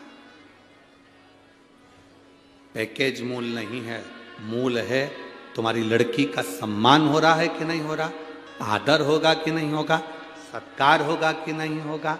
आज के जमाने में एक नई होड़ लगी है, लड़की के लिए लड़का देखा जाता है तो सर्विस वाला देखा जाता है। व्यापार करने वाला किसी को नहीं चाहिए, सर्विस वाला चाहिए। कारण सर्विस वाला इसलिए चाहिए क्योंकि मेरी लड़की ना तो खाना बना सकती है, ना कपड़े धो सकती है, ना किसी की गुलामी कर सकती है। मेरी लड़की अगर वो भी सर्विस करे, लड़का भी सर्विस करे, दोनों कमा कर लेकर आए और दोनों खाएं। हमें ससुराल वालों से कोई मतलब नहीं, इसलिए बस सर्विस क्लास चाहिए। आप इतने सारे लोग बैठे हैं, पुरानी पुरानी बुजुर्ग माताएं बैठी हैं, आपकी भी शादी हुई होगी। आपके परिवार वालों ने जो लड़का ढूंढा होगा, पहले जो लड़का ढूंढते थे बड़ा परिवार ढूंढते थे, 4-5 देवर जेठ हों, काका ससुर हों, बुआ सास हो, नंदे हों, परिवार बड़ा इसलिए देखते थे लड़की की जिंदगी में थोड़ा सा दुख आएगा तो किसी से कहकर मन हल्का कर लेगी, इसलिए बड़ा परिवार देखा जाता है। आज के जमाने में छोटा परिवार इसलिए देखते हैं कि हमारी लड़की कुछ ना करे, कुछ नहीं करे, और लड़की की जिंदगी में जब दुख आता है तब लड़की रो रो के आखिरी में या तो तलाक ले लेती है या फिर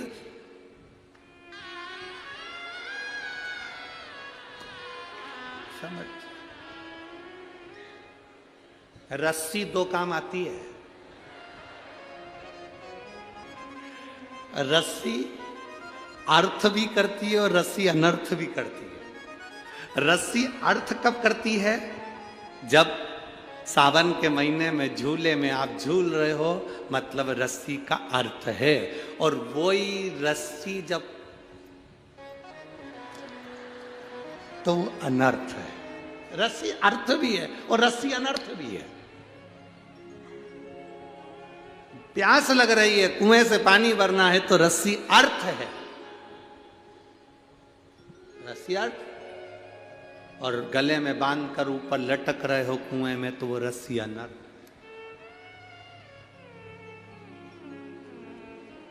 सुख देखिए, हम मना नहीं करेंगे बेटियों को कि तुम सर्विस वाले से शादी मत करो, हम के भी देंगे तो तुम क्या नहीं करोगे, कोई तुम मान। पर नौकरी करने वाला लड़का अपने माँ बाप को छोड़कर नहीं जाता।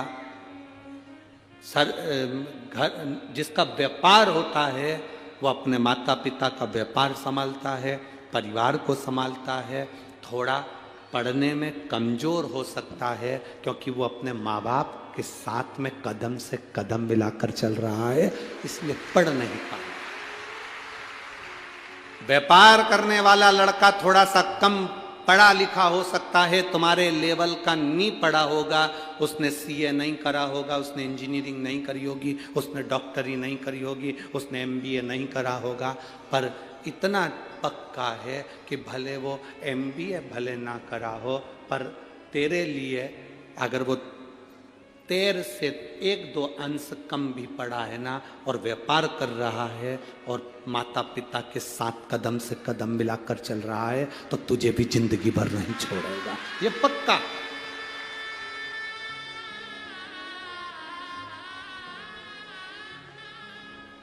आज प्रथम च्वाइस है, हर माता पिता की पहली च्वाइस सर्विस वाला लड़का चाहिए, ज्यादा बड़ा परिवार नहीं चाहिए। ससुर हो चलेगा, सास नहीं चाहिए। हम दो, हमारे दो, अपने फ्लैट में बाकी के रिश्तेदार कोई भी आए उन्हें बाहर फेंक दो। कहां की रीति है?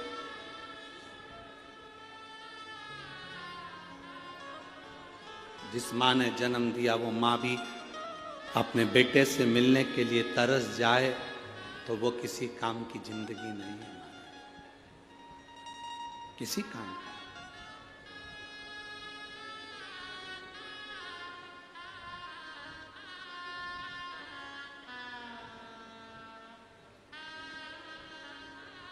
लड़की के लिए संकल्प करो पिता, पर संकल्प करना तो ऐसा संकल्प करना जो संकल्प निभ जाए। हमारी लड़की का सम्मान करने वाला उसका पति होना चाहिए, आदर करने वाला। गलत विचारों वाला नहीं चाहिए, गलत सोच वाला नहीं चाहिए, गलत विचारों वाला नहीं, गलत सोच वाला नहीं चाहिए। श्रेष्ठ विचार, श्रेष्ठ सोच, ऐसा लड़का। शिव कथा कर रही है, भगवान शंकर का संवाद कर रहा है। वदान्य ऋषि ने अष्टावक्र जी से कह दिया कि मेरा एक संकल्प है, अगर वो पूरा कर दोगे तो मैं अपनी बेटी का विवाह तुम्हारे साथ कर दूंगा। कौन सा संकल्प? उत्तर दिशा में जाइए, उस उत्तर दिशा में एक बुजुर्ग, एक महिला मिलेगी, एक स्त्री मिलेगी, उसका दर्शन कर कर आइए। बुजुर्ग स्त्री का, बूढ़ी का, हां, जाओ उत्तर दिशा में। चलते चलते उत्तर दिशा की ओर जब अष्टावक्र जी चले, वदान्य ऋषि की लड़की से विवाह करना है तो उत्तर दिशा की ओर अष्टावक्र जी चल दिए। चलते चलते कैलाश पर्वत के नजदीक पहुंच गए, वहां पर मणिभद्र मिल गए, भगवान शंकर के द्वारपाल। वहां मणिभद्र मिले भगवान शिव के द्वार, और भगवान शंकर के द्वारपाल मणिभद्र जी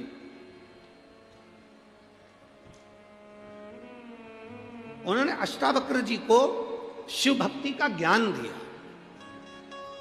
शंकर भगवान के द्वारपाल अष्टावक्र जी को शिव भक्ति का ज्ञान देना है। अब जरा अंदाजा लगाना, अष्टावक्र जी कितने बड़े ऋषि, कितने बड़े मुनि, कितने बड़े संत, और उनको दूसरा कोई ज्ञान दे रहा है। शिव महापुराण की कथा कहती है, शंकर का भक्त जहां मिले उसको हाथ जोड़कर उससे शिव भक्ति का ज्ञान लेते जाओ, वो ज्ञान कहीं ना कहीं काम आता है। शिव का भक्त जहां बैठो ऐसी जगह पर जो सार्थक जगह हो, बैठना ऐसी जगह जो सार्थक जगह। एक छोटा सा बच्चा घर आ गया, घर आकर उसने अपनी मम्मी से कहा, मां कल से स्कूल नहीं जाऊंगा। क्यों? टीचर ने मना कर दिया, मुझे स्कूल से निकाल दिया। तूने ऐसा क्या करा जो टीचर ने तुझे स्कूल से निकाल दिया? मैंने मच्छर मार दिया। तो इतनी सी बात के लिए टीचर ने तुझे स्कूल से निकाल दिया। मां, मच्छर टीचर के गाल पर बैठा था।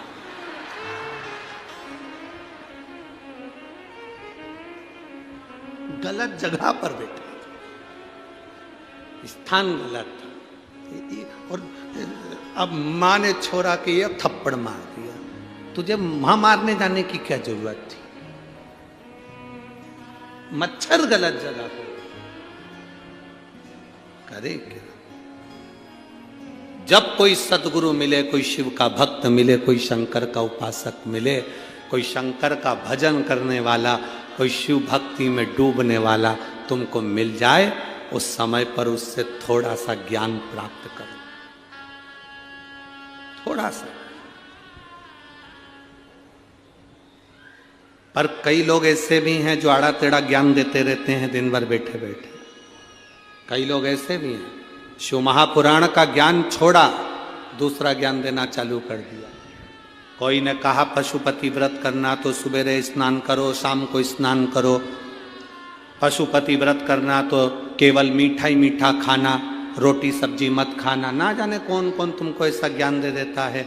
शिव महापुराण की कथा जिसने सुनी होती है, उनको कथाओं में थोड़ा हम बताते रहते हैं कि शिव पुराण के अंतर्गत पशुपति व्रत का विधान कई बार आप लोगों को बताया गया, कई बार। उससे हटकर हमें कुछ नहीं करना।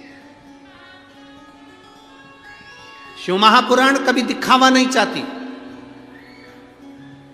शिव महापुराण कभी प्रपंच नहीं चाहती, शिव महापुराण कभी दिखावे की ओर नहीं जाती। आप शंकर के हो जाओ, शंकर आपके हो जाए, शिव पुराण की कथा बस केवल इतना चाहती है, आप शिव के, शिव आपके, बाकी के सब अपनी जगह पर चलता रहे। आप शिव के हो।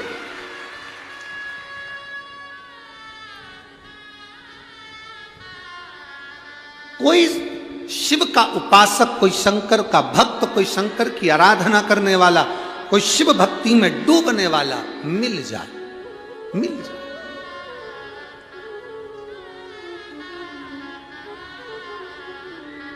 शिव भक्ति में डूबने वाला अगर कोई मिल जाए और वो आपको थोड़ा बहुत कुछ अच्छा देने का प्रयास करे, कुछ अच्छा बताने का प्रयास करे, तो उसको लेने का प्रयास करे, उसको ग्रहण करने का प्रयास करे।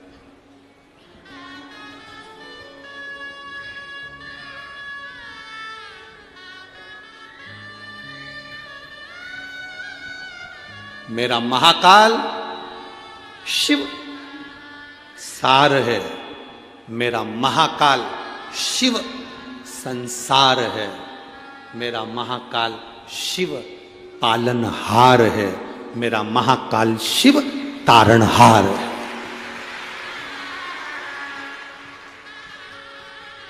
इसलिए वो महाकाल है, काल अधिपति है, काल अधिपति। शिव कथा कर रही है, भगवान शंकर का संवाद कर रहा है। वदान्य ऋषि ने कहा बुजुर्ग माता मिलेगी, चल दिए। बीच में मणिभद्र जी मिल गए, भगवान शंकर के दरवाजे के द्वारपाल मणिभद्र जी मिले। और मणिभद्र जी जब दरवाजे के द्वारपाल मणिभद्र जी जब मिलते हैं, मणिभद्र जी जब मिलते हैं दरवाजे के द्वार,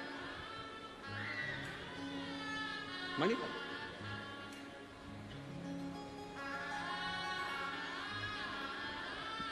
मणिभद्र जी ने ज्ञान देना प्रारंभ करा। सुनो अष्टावक्र जी, शंकर भगवान का दर्शन कराता हूं मैं आपको, आइए। मणिभद्र ने शिव जी का दर्शन कराया, मणिभद्र ने भगवान देवाधिदेव महादेव का दर्शन कराया। शिव का दर्शन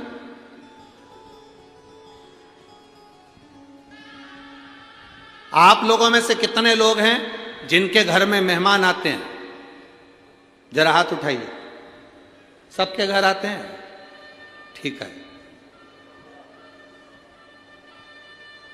सबसे पहले मेहमान दरवाजे से आते हैं तो आप कहां बिठाते हैं? कुर्सी पे, सोफे पे, दरी पर, गादी पर, आसन लगाकर, जहां जगह होती है वहां, बोलो बोलो जम के बोलो, वहां बिठाते हो। फिर क्या करते हो? पानी पिलाते हो, फिर चाय पिलाते हो, ठीक है, फिर नाश्ता, फिर भोजन, फिर सोने के लिए उनको स्थान दे देते हैं, आप यहाँ विश्राम करो। मेहमान भी ऐसे भेरू हैं कि एक बार मुंह से नहीं बोले, चाय पी गए, नाश्ता कर गए, खा गए, सोफे पे बैठ गए, लंबा चौड़ा पाँव कर लिया, मोबाइल पे बात कर ली, पर एक बार मुंह से आवाज नहीं निकली मेहमानों के कि तुम्हारे घर में जो भोलेनाथ जी तुम्हारे मंदिर में उसका दर्शन करना है, उसका दर्शन करना। एक बार भी मुख से नहीं निकला कि मेरे को तुम्हारे घर में जो महादेव बैठे हैं, हमारे घर के महादेव का तो हम रोज दर्शन करते हैं, मंदिर भी जाते हैं, वहां के महादेव का तो हम रोज दर्शन करते हैं, पर जिसके घर में गए उसके घर में भी छोटा सा शिवलिंग होगा, भले वो पाषाण का हो, लकड़ी का हो, पत्थर का हो, कंकर का हो, चांदी का हो, सोने का हो, स्फटिक का हो, नर्मदा का हो, कंकर हो, जो भी होगा, छोटे से छोटा शिवलिंग होगा, या ठाकुर जी होंगे, या भगवान की कोई मूर्ति होगी, देवालय होगा, उसका दर्शन अपन करें। भगवान जितनी तुम्हें आस रहती है मेहमान से मिलने की, उतनी आस मेहमान को होना चाहिए घर के भगवान से मिलने की। उतनी आस मेहमान को होना चाहिए घर के भगवान से मिलने की।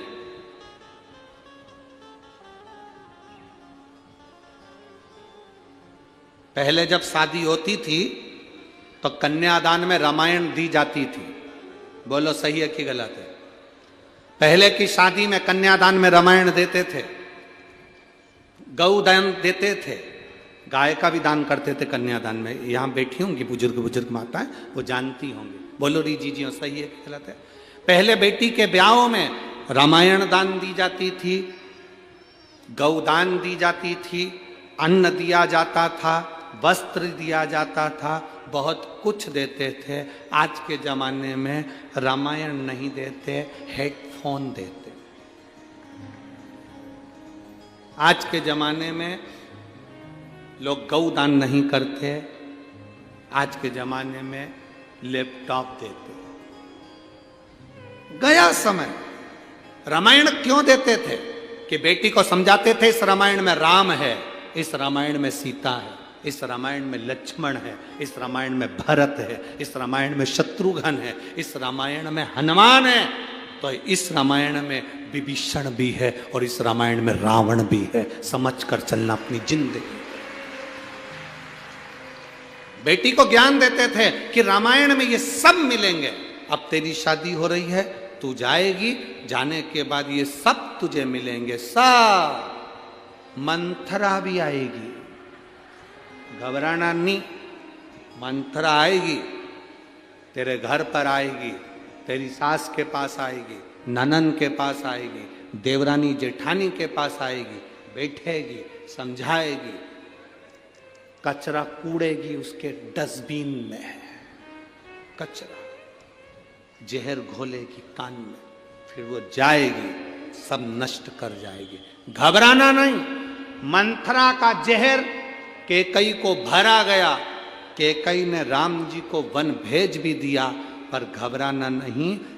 जब हम विपदा की घड़ी में घबराते नहीं हैं तो लंका पर विजय कर कर आते हैं। ये साधारण नहीं। छोटी छोटी बेटियां तुरंत टूट जाती हैं। सास ने कुछ कह दिया, अंदर से टूट गई। मम्मी सास ऐसी है। ननन ने कुछ कह दिया, टूट गई। मम्मी ननंद ऐसी है। जेठानी ने कुछ कह दिया, मम्मी। बेटी से कहो इतनी जल्दी नहीं टूटना, इतनी जल्दी नहीं टूट सकती। तुम महादेव को जल चढ़ाने वाली बेटी है, इतनी जल्दी नहीं टूट सकती। महादेव तुझे पार लगाएगा। लगे? शिव के मंदिर जाना चालू कर, सबकी सेवा करना चालू कर, प्रेम से सबको जीतना चालू कर, टूट नहीं सकते।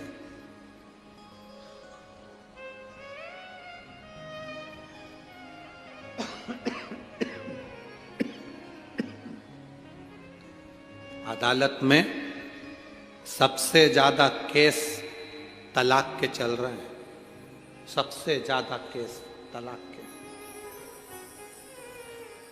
तो इतनी जल्दी नहीं टूट सकती, तो चिंता ना कर।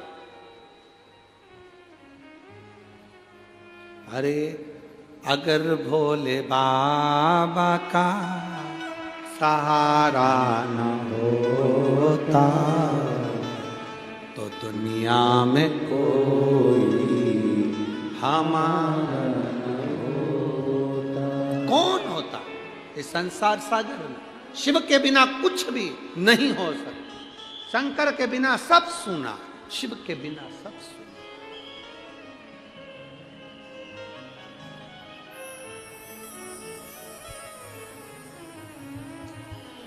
शिव के बिना सब सुना। चले, मणिभद्र जी ने अष्टावक्र जी को ज्ञान उपदेश दिया। मणिभद्र जी, भगवान शंकर के दरवाजे के द्वारपाल मणिभद्र जी, जो चंद्रसेन राजा को मणि दे देते हैं और मणि के बल पर चंद्रसेन राजा पूरी सत्ता स्थापित कर ले।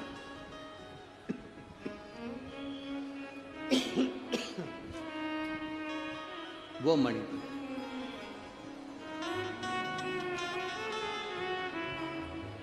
सहज।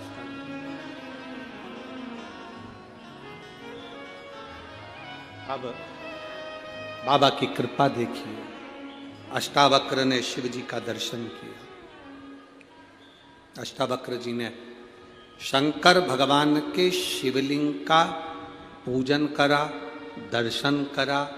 दर्शन कर कर अष्टावक्र जी ने उस जल का स्पर्श कर अपने मस्तक पर त्रिपुंड लगाया। मस्तक पर जल का त्रिपुंड। काय का त्रिपुंड है? जम के बोलो जरा। जल का त्रिपुंड। जल का त्रिपुंड। जल त्रिपुंड।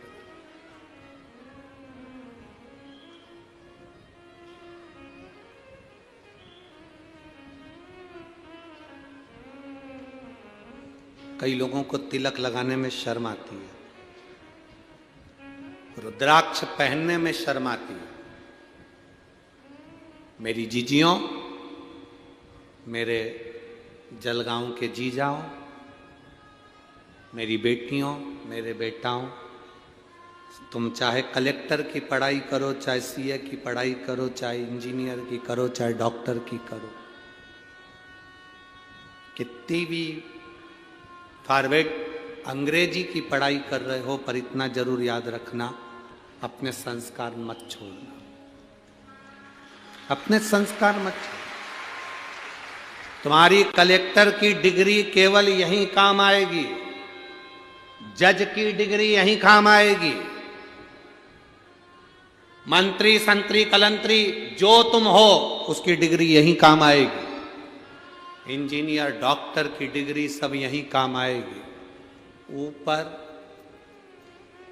ये तुम्हारी वहां जाकर खड़े भी हो गए ना और तुमने कह दिया मैं डॉक्टर हूं, खड़े भी हो गए तो वहां डॉक्टर तुम भले बोल देना, माँ कोई नहीं गिन रही है तुमको, माँ बोल देना मैं तो कलेक्टर। आसपास मेरे इतने नौकर रहते थे, ऊपर जाके डिग्री दिखा देना, कोई काम की।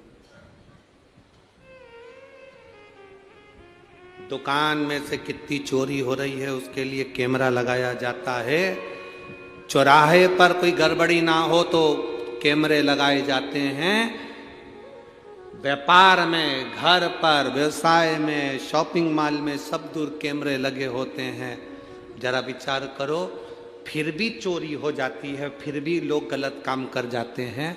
मेरे बाबा ने तुम्हें जन्म देकर पृथ्वी पर भेज दिया, एक भी कैमरा नहीं लगाया, एक भी कैमरा कि तू करता क्या, कोई कैमरा नहीं है। उसके बाद भी मरते ही पूरी फाइल खोल दी जाती है, पूरी फाइल मरते। अब तुम कहो मैंने देखो मैंने तो नौकरी करी थी मैंने तो। भगवान बोले हम भी अपना ही काम कर रहे हैं, उस समय तुम कुर्सी पे थे, आज हम कुर्सी पर। इसलिए मत बुरे कर्म कर बंदे, वरना पछताएगा, भगवान की आंखों से तू बच नहीं पाएगा। अरे ओ अज्ञानी मत करना, अरे ओ अज्ञानी मत करना,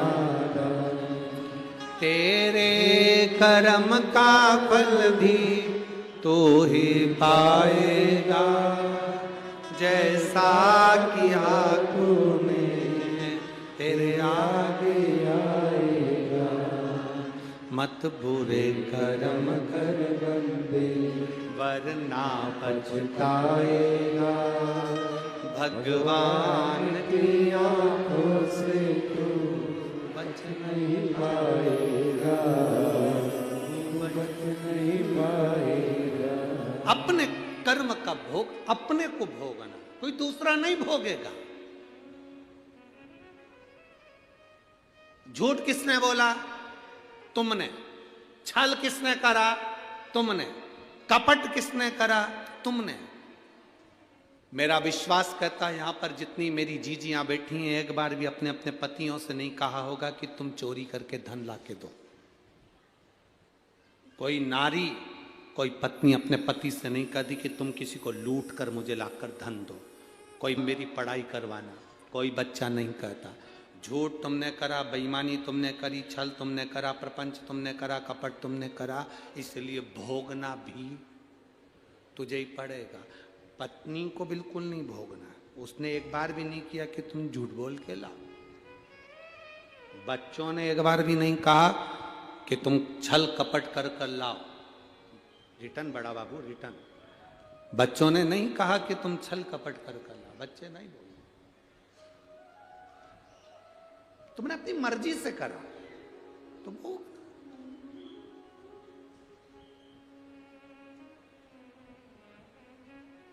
अच्छा कर्म करते चलो।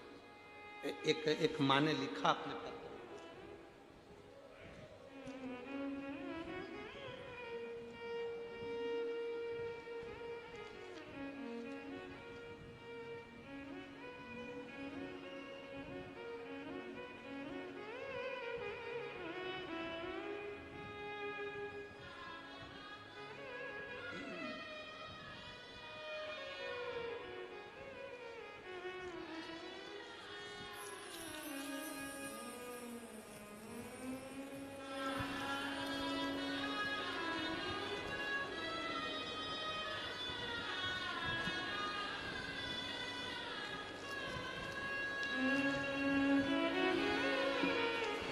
शंभो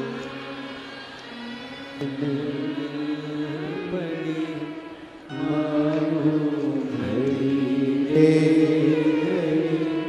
दुख काटो, दया करी दर्शन आपो, शंभु शरण परी मारो घड़ी दुख काटो, दया करी दर्शन आपो।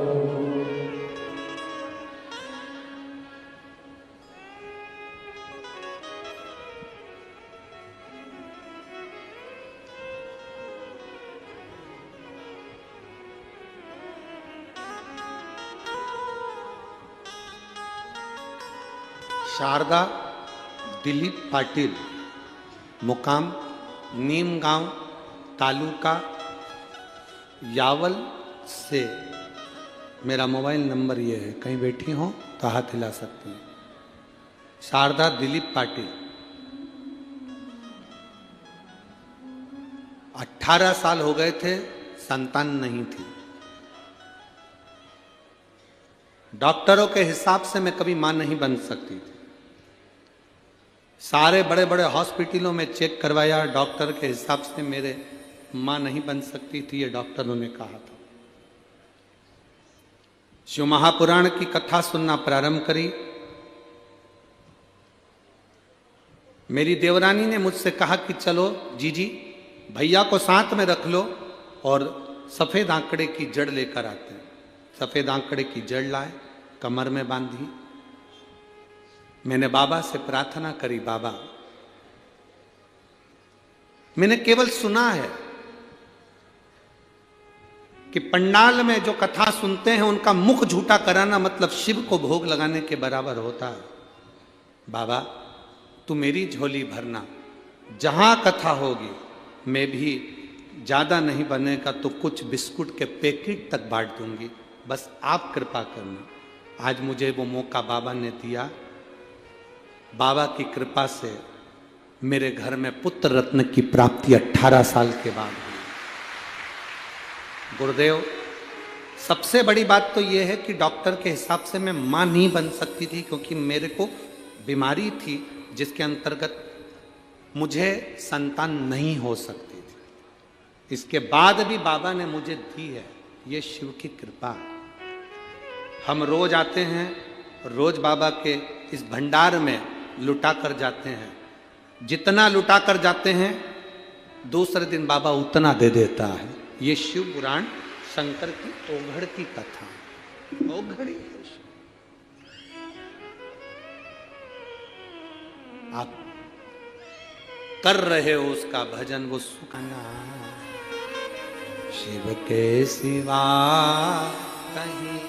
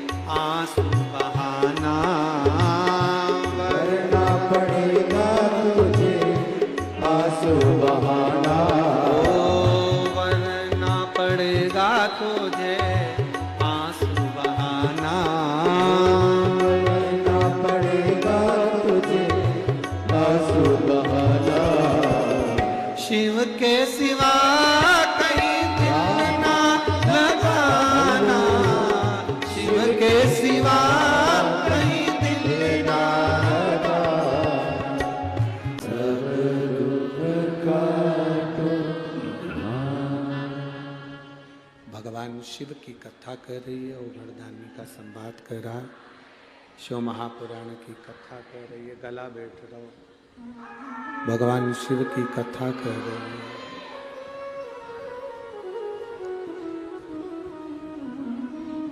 अष्टावक्र बाबा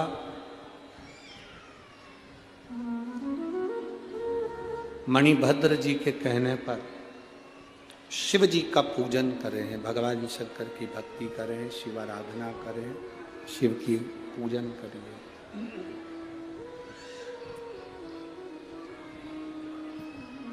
उनके ऊपर जल चढ़ाया गया,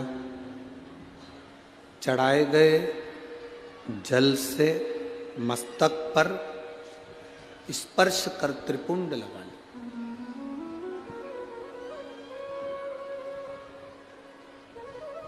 जो लोग कहते हैं शिव जी पे चढ़ा हुआ जल, कई लोग, बहुत सारे लोग दिन भर यूट्यूब पर, सोशल मीडिया पर ढेर सारे लोग मिलते हैं, दिन भर ज्ञान देते रहते हैं। पर आपको दृढ़ी रहना है, आपका विश्वास दृढ़ी रखना, आपका भरोसा दृढ़ी रखना। कोई आएगा आपको, आपके नगर में, आपके शहर में टीवी पर, मोबाइल पर आएगा, कह देगा शिव जी पे चढ़ा जल मत पियो। कोई कहेगा शिव जी के शिवलिंग का स्त्री स्पर्श ना करे। कोई कहेगा ये मत करो, कोई कहेगा वो मत करो। शंकर जी पे चढ़ा प्रसाद मत खाओ, तो कोई कहेगा बेलपत्र मत खाओ, तो कोई कहेगा ये मत करो वो ना करो। शिव जी का एक नाम है पशुपति नाथ। क्या नाम है?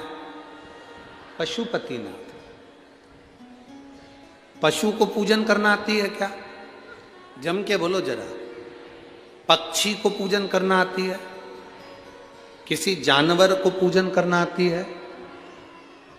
पशु, पक्षी, जलचर, थलचर, वायुचर, जितने जितने जीव हैं, इनको पूजन आराधना नहीं आती, तो भी शिव इनको स्वीकार करते हैं।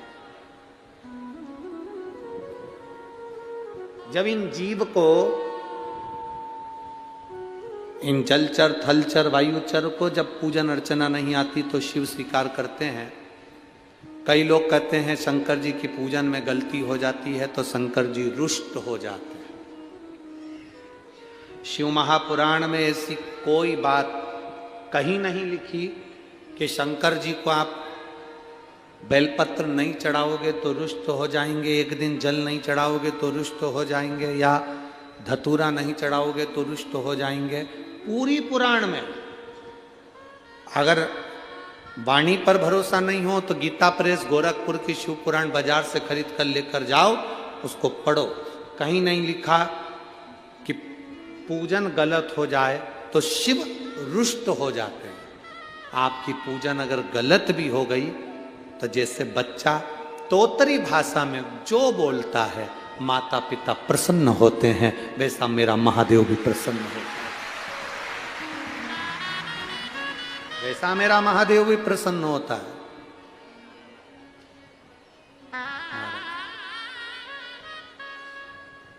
आप सब बच्चे हो, हम भी बच्चे हैं।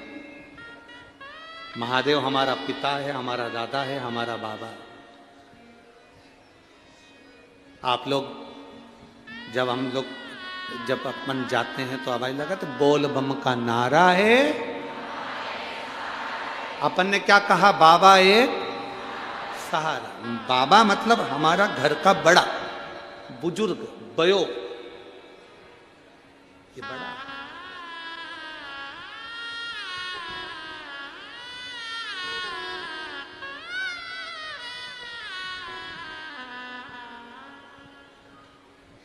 शिव महापुराण की कथा में हम शिव पुराण करने के लिए नहीं आए, ना आप लोग शिव महापुराण की कथा को सुनने के लिए आए।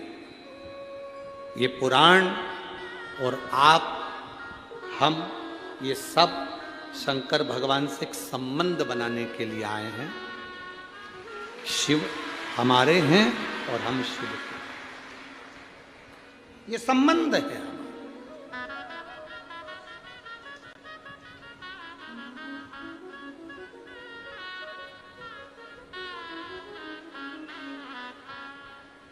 एक पत्र आया है, उस पत्र में एक बहन ने लिखा कि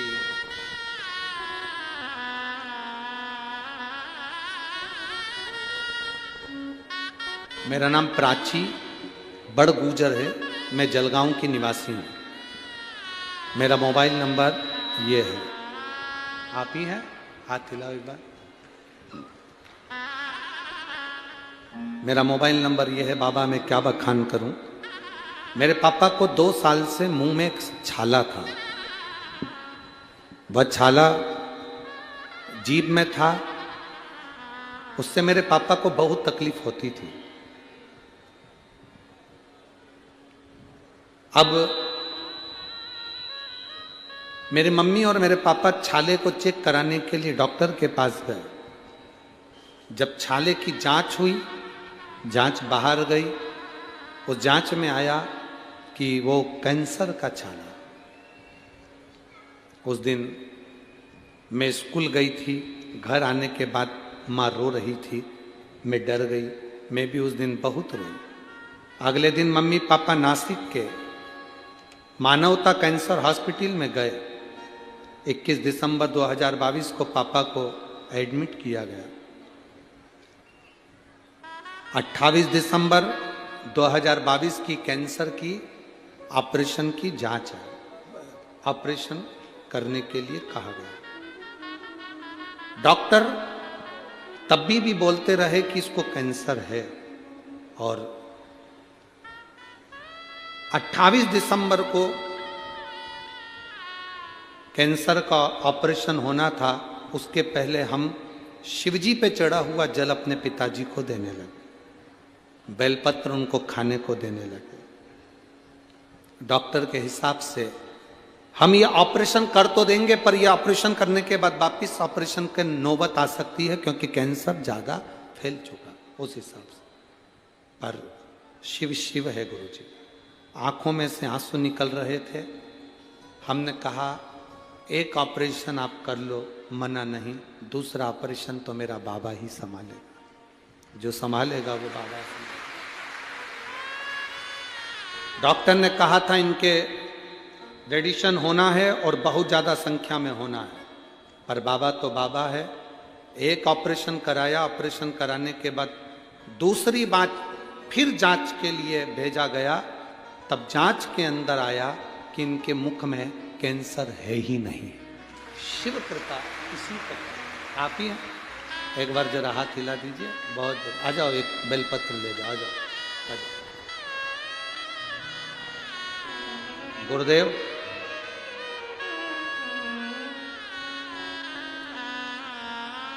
जब जांच आई तो उसमें मालूम पड़ा कि इनको कैंसर फिर है ही नहीं।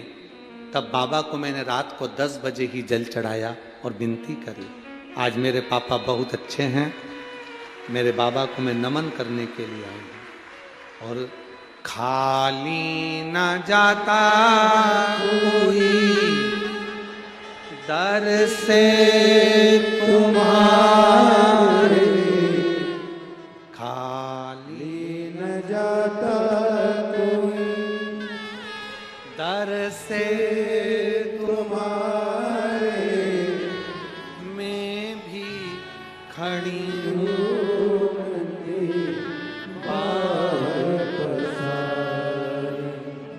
मैं भी खड़ी हूँ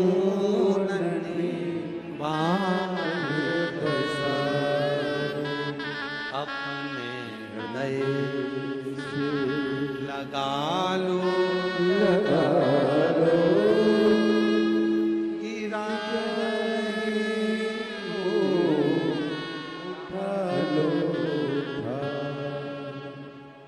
अब तो खुश हो।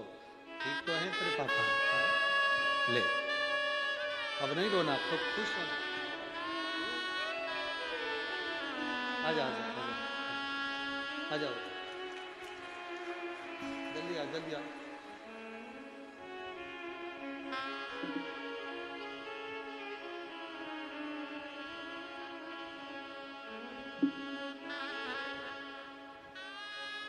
बेटी कह रही है मेरे पापा बोलते थे तो लोग मजाक उड़ाते थे, और बाबा शिव जब हाथ पकड़ता है तो दुनिया भी मजाक उड़ाना बंद कर देती है और आश्चर्य करना प्रारंभ कर देती है कि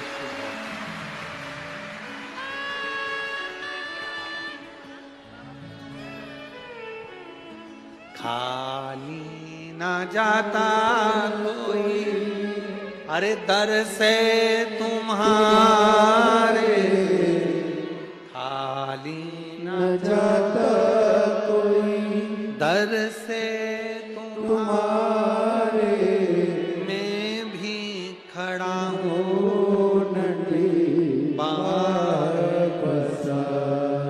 अपने हृदय लगा लो, लगा लो, गिरा जाना उठा लो, भोले अपने दर से अब तो न टालो, गिरी जा रही हो उठा लो, उठा एक विश्वास दृढ़ी रखिए। जब भरोसा पक्का होगा तब शिव मिलेगा, आपकी दृढ़ता में शंकर मिलेगा। मणिभद्र ने अष्टावक्र जी से कहा, शिव जी पे चढ़ाया गया जल खाली नहीं जाएगा, एक दिन तुमको इस जल का महत्व समझ में आएगा। जल का महत्व समझ में आएगा, ये अष्टावक्र जी से स्वयं मणिभद्र जी कह रहे हैं। अष्टावक्र जी ने जल का तिलक लगाया। लोग सोशल मीडिया पर तुम्हारे गांव में आकर, तुम्हारे नगर में आकर लोग कथा वाचने वाला आए, कोई आए और वो तुमसे कहे कि शंकर से दूर हो जाओ, शिव पर जल मत चढ़ाओ, शिव का जल मत पियो। मेरा एक निवेदन है, जब तक तुम शिव पुराण नहीं पढ़ लो तब तक किसी के कहने पर मत चलना। जिस दिन तुम शिव पुराण पढ़ लोगे तुम्हें समझ में आ जाएगा कि जल चढ़ाने का क्या महत्व है, जल आचमन का क्या महत्व है, शिव जी पे चढ़ी बेलपत्र खाने का क्या महत्व है। भले दुनिया के लोग हमें टोटका वाला महाराज कहें, हमें खुशी होती है, कम से कम टोटका से लोगों का आज आंख का आंसू तो पुछ गया, वही बहुत, वही बहुत। कहने वाला कुछ भी कहे, आग लगे बस्ती में अपन रहो मस्ती में, बहुत खुश रहो, बहुत खुश।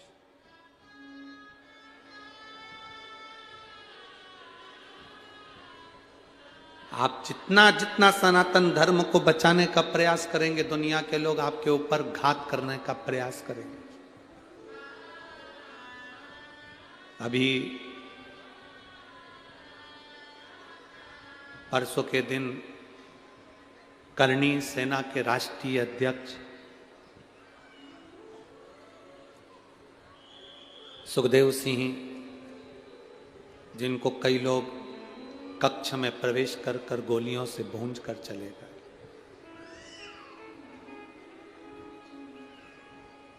मैं करणी सेना के उस राष्ट्रीय अध्यक्ष सुखदेव सिंह को श्रद्धांजलि देता हूं, जिन्होंने सनातन धर्म की रक्षा के लिए, हिंदू धर्म की रक्षा के लिए हमेशा अपना उद्बोधन किया। ये व्यासपीठ से और यहां बैठे हुए सभी शिव भक्त भगवान से यही प्रार्थना करते हैं, शिव अपने चरणों में स्थान दे। सनातन धर्म को बचाने का प्रयास करा था उस सुखदेव सिंह। भले आज ईर्ष्या रखने वालों ने गोली मार दी हो, प्राण छूट गए, पर मैं उस बेटे को पुष्पांजलि के रूप में, श्रद्धांजलि के रूप में उस बेटे को साधुवाद करता। जियो तो अपनी मातृभूमि के लिए और मरो तो अपनी मातृभूमि के लिए। जियो तो।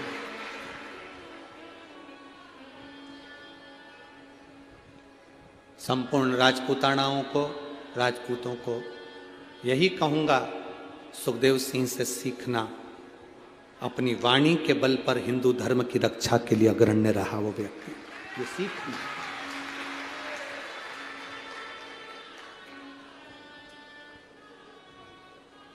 शिव कथा कर रही है, भगवान शंकर का संवाद कर रहा है। शिव को चढ़ाया गया जल कहीं ना कहीं काम आता है। लोग हंसेंगे, जैसे वो बेटी कर रही थी मेरे पिता पर, लोग हंसते थे। एक बहन ने लिखा, 20 साल तक औलाद नहीं हुई, लोग हंसते रहे, ताना देते रहे। इसमें एक पत्र और किसी ने भेजा कि उस बच्ची की किडनी बेकार हो गई थी, पूरी किडनी सड़ गई, खराब हो गई।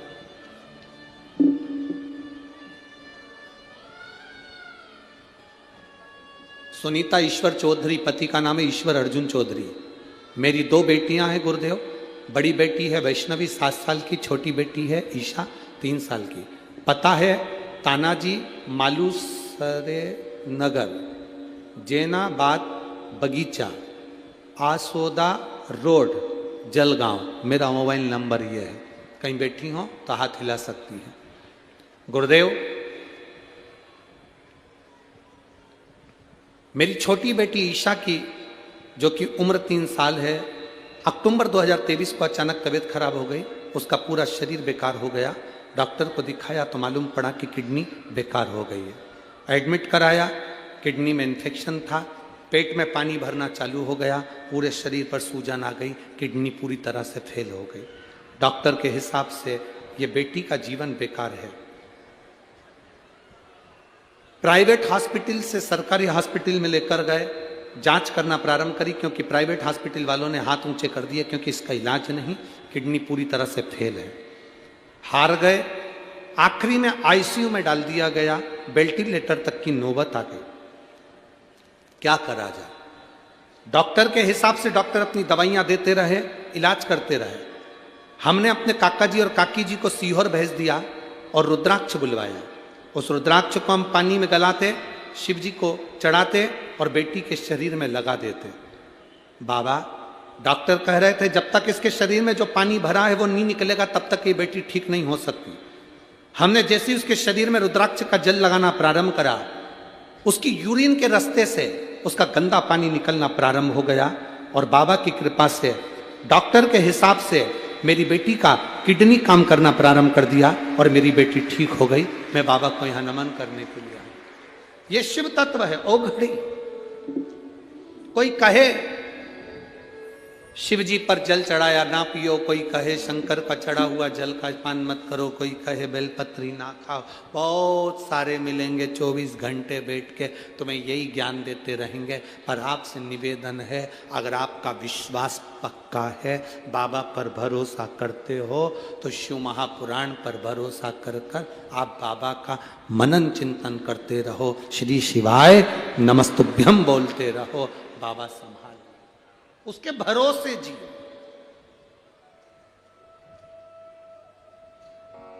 उसके आश्रित हो जाओ, उसके आश्रित। ये जल तुम्हें काम आएगा। अष्टावक्र जी, अष्टावक्र जी ने जल लगाया, चले उत्तर दिशा में पहुंच गए। एक बूढ़ी माँ बैठी थी, तपस्या कर रही थी। बूढ़ी माँ के सामने तपस्या करते हुए अष्टावक्र जी ने देखा, उसको देखकर दर्शन करा। बूढ़ी माँ के नेत्र खुले, उसके घर की दासियां आ गई, दासियों ने उसकी सेवा करी अष्टावक्र जी की। अष्टावक्र जी विश्राम करे, भोजन करे, सोने लगे, आराम करने लगे। बूढ़ी माँ ने बहुत परीक्षा की। अष्टावक्र जी हर परीक्षा में पास होते, प्रत्येक परीक्षा में अष्टावक्र जी पास होते, प्रत्येक परीक्षा। समय निकला, अष्टावक्र जी जब पूर्ण तरह से 10 दिन रुके और 10 दिन में सब परीक्षा पास हो गए, बूढ़ी मां से अष्टावक्र जी ने कहा, तुम सत्य बताओ कि तुम हो कौन, तुम कौन हो?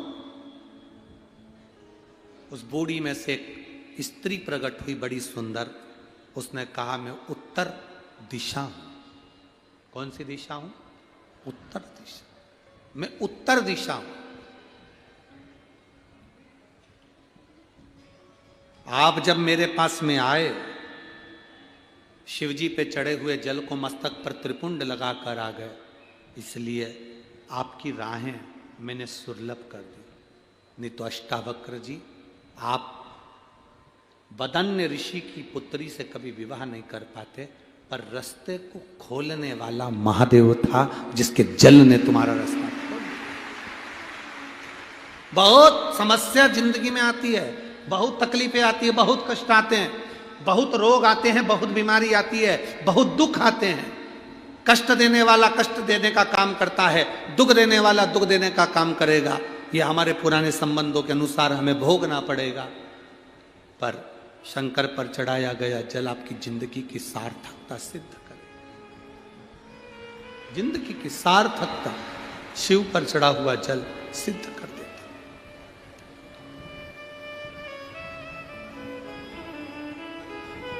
महाराज,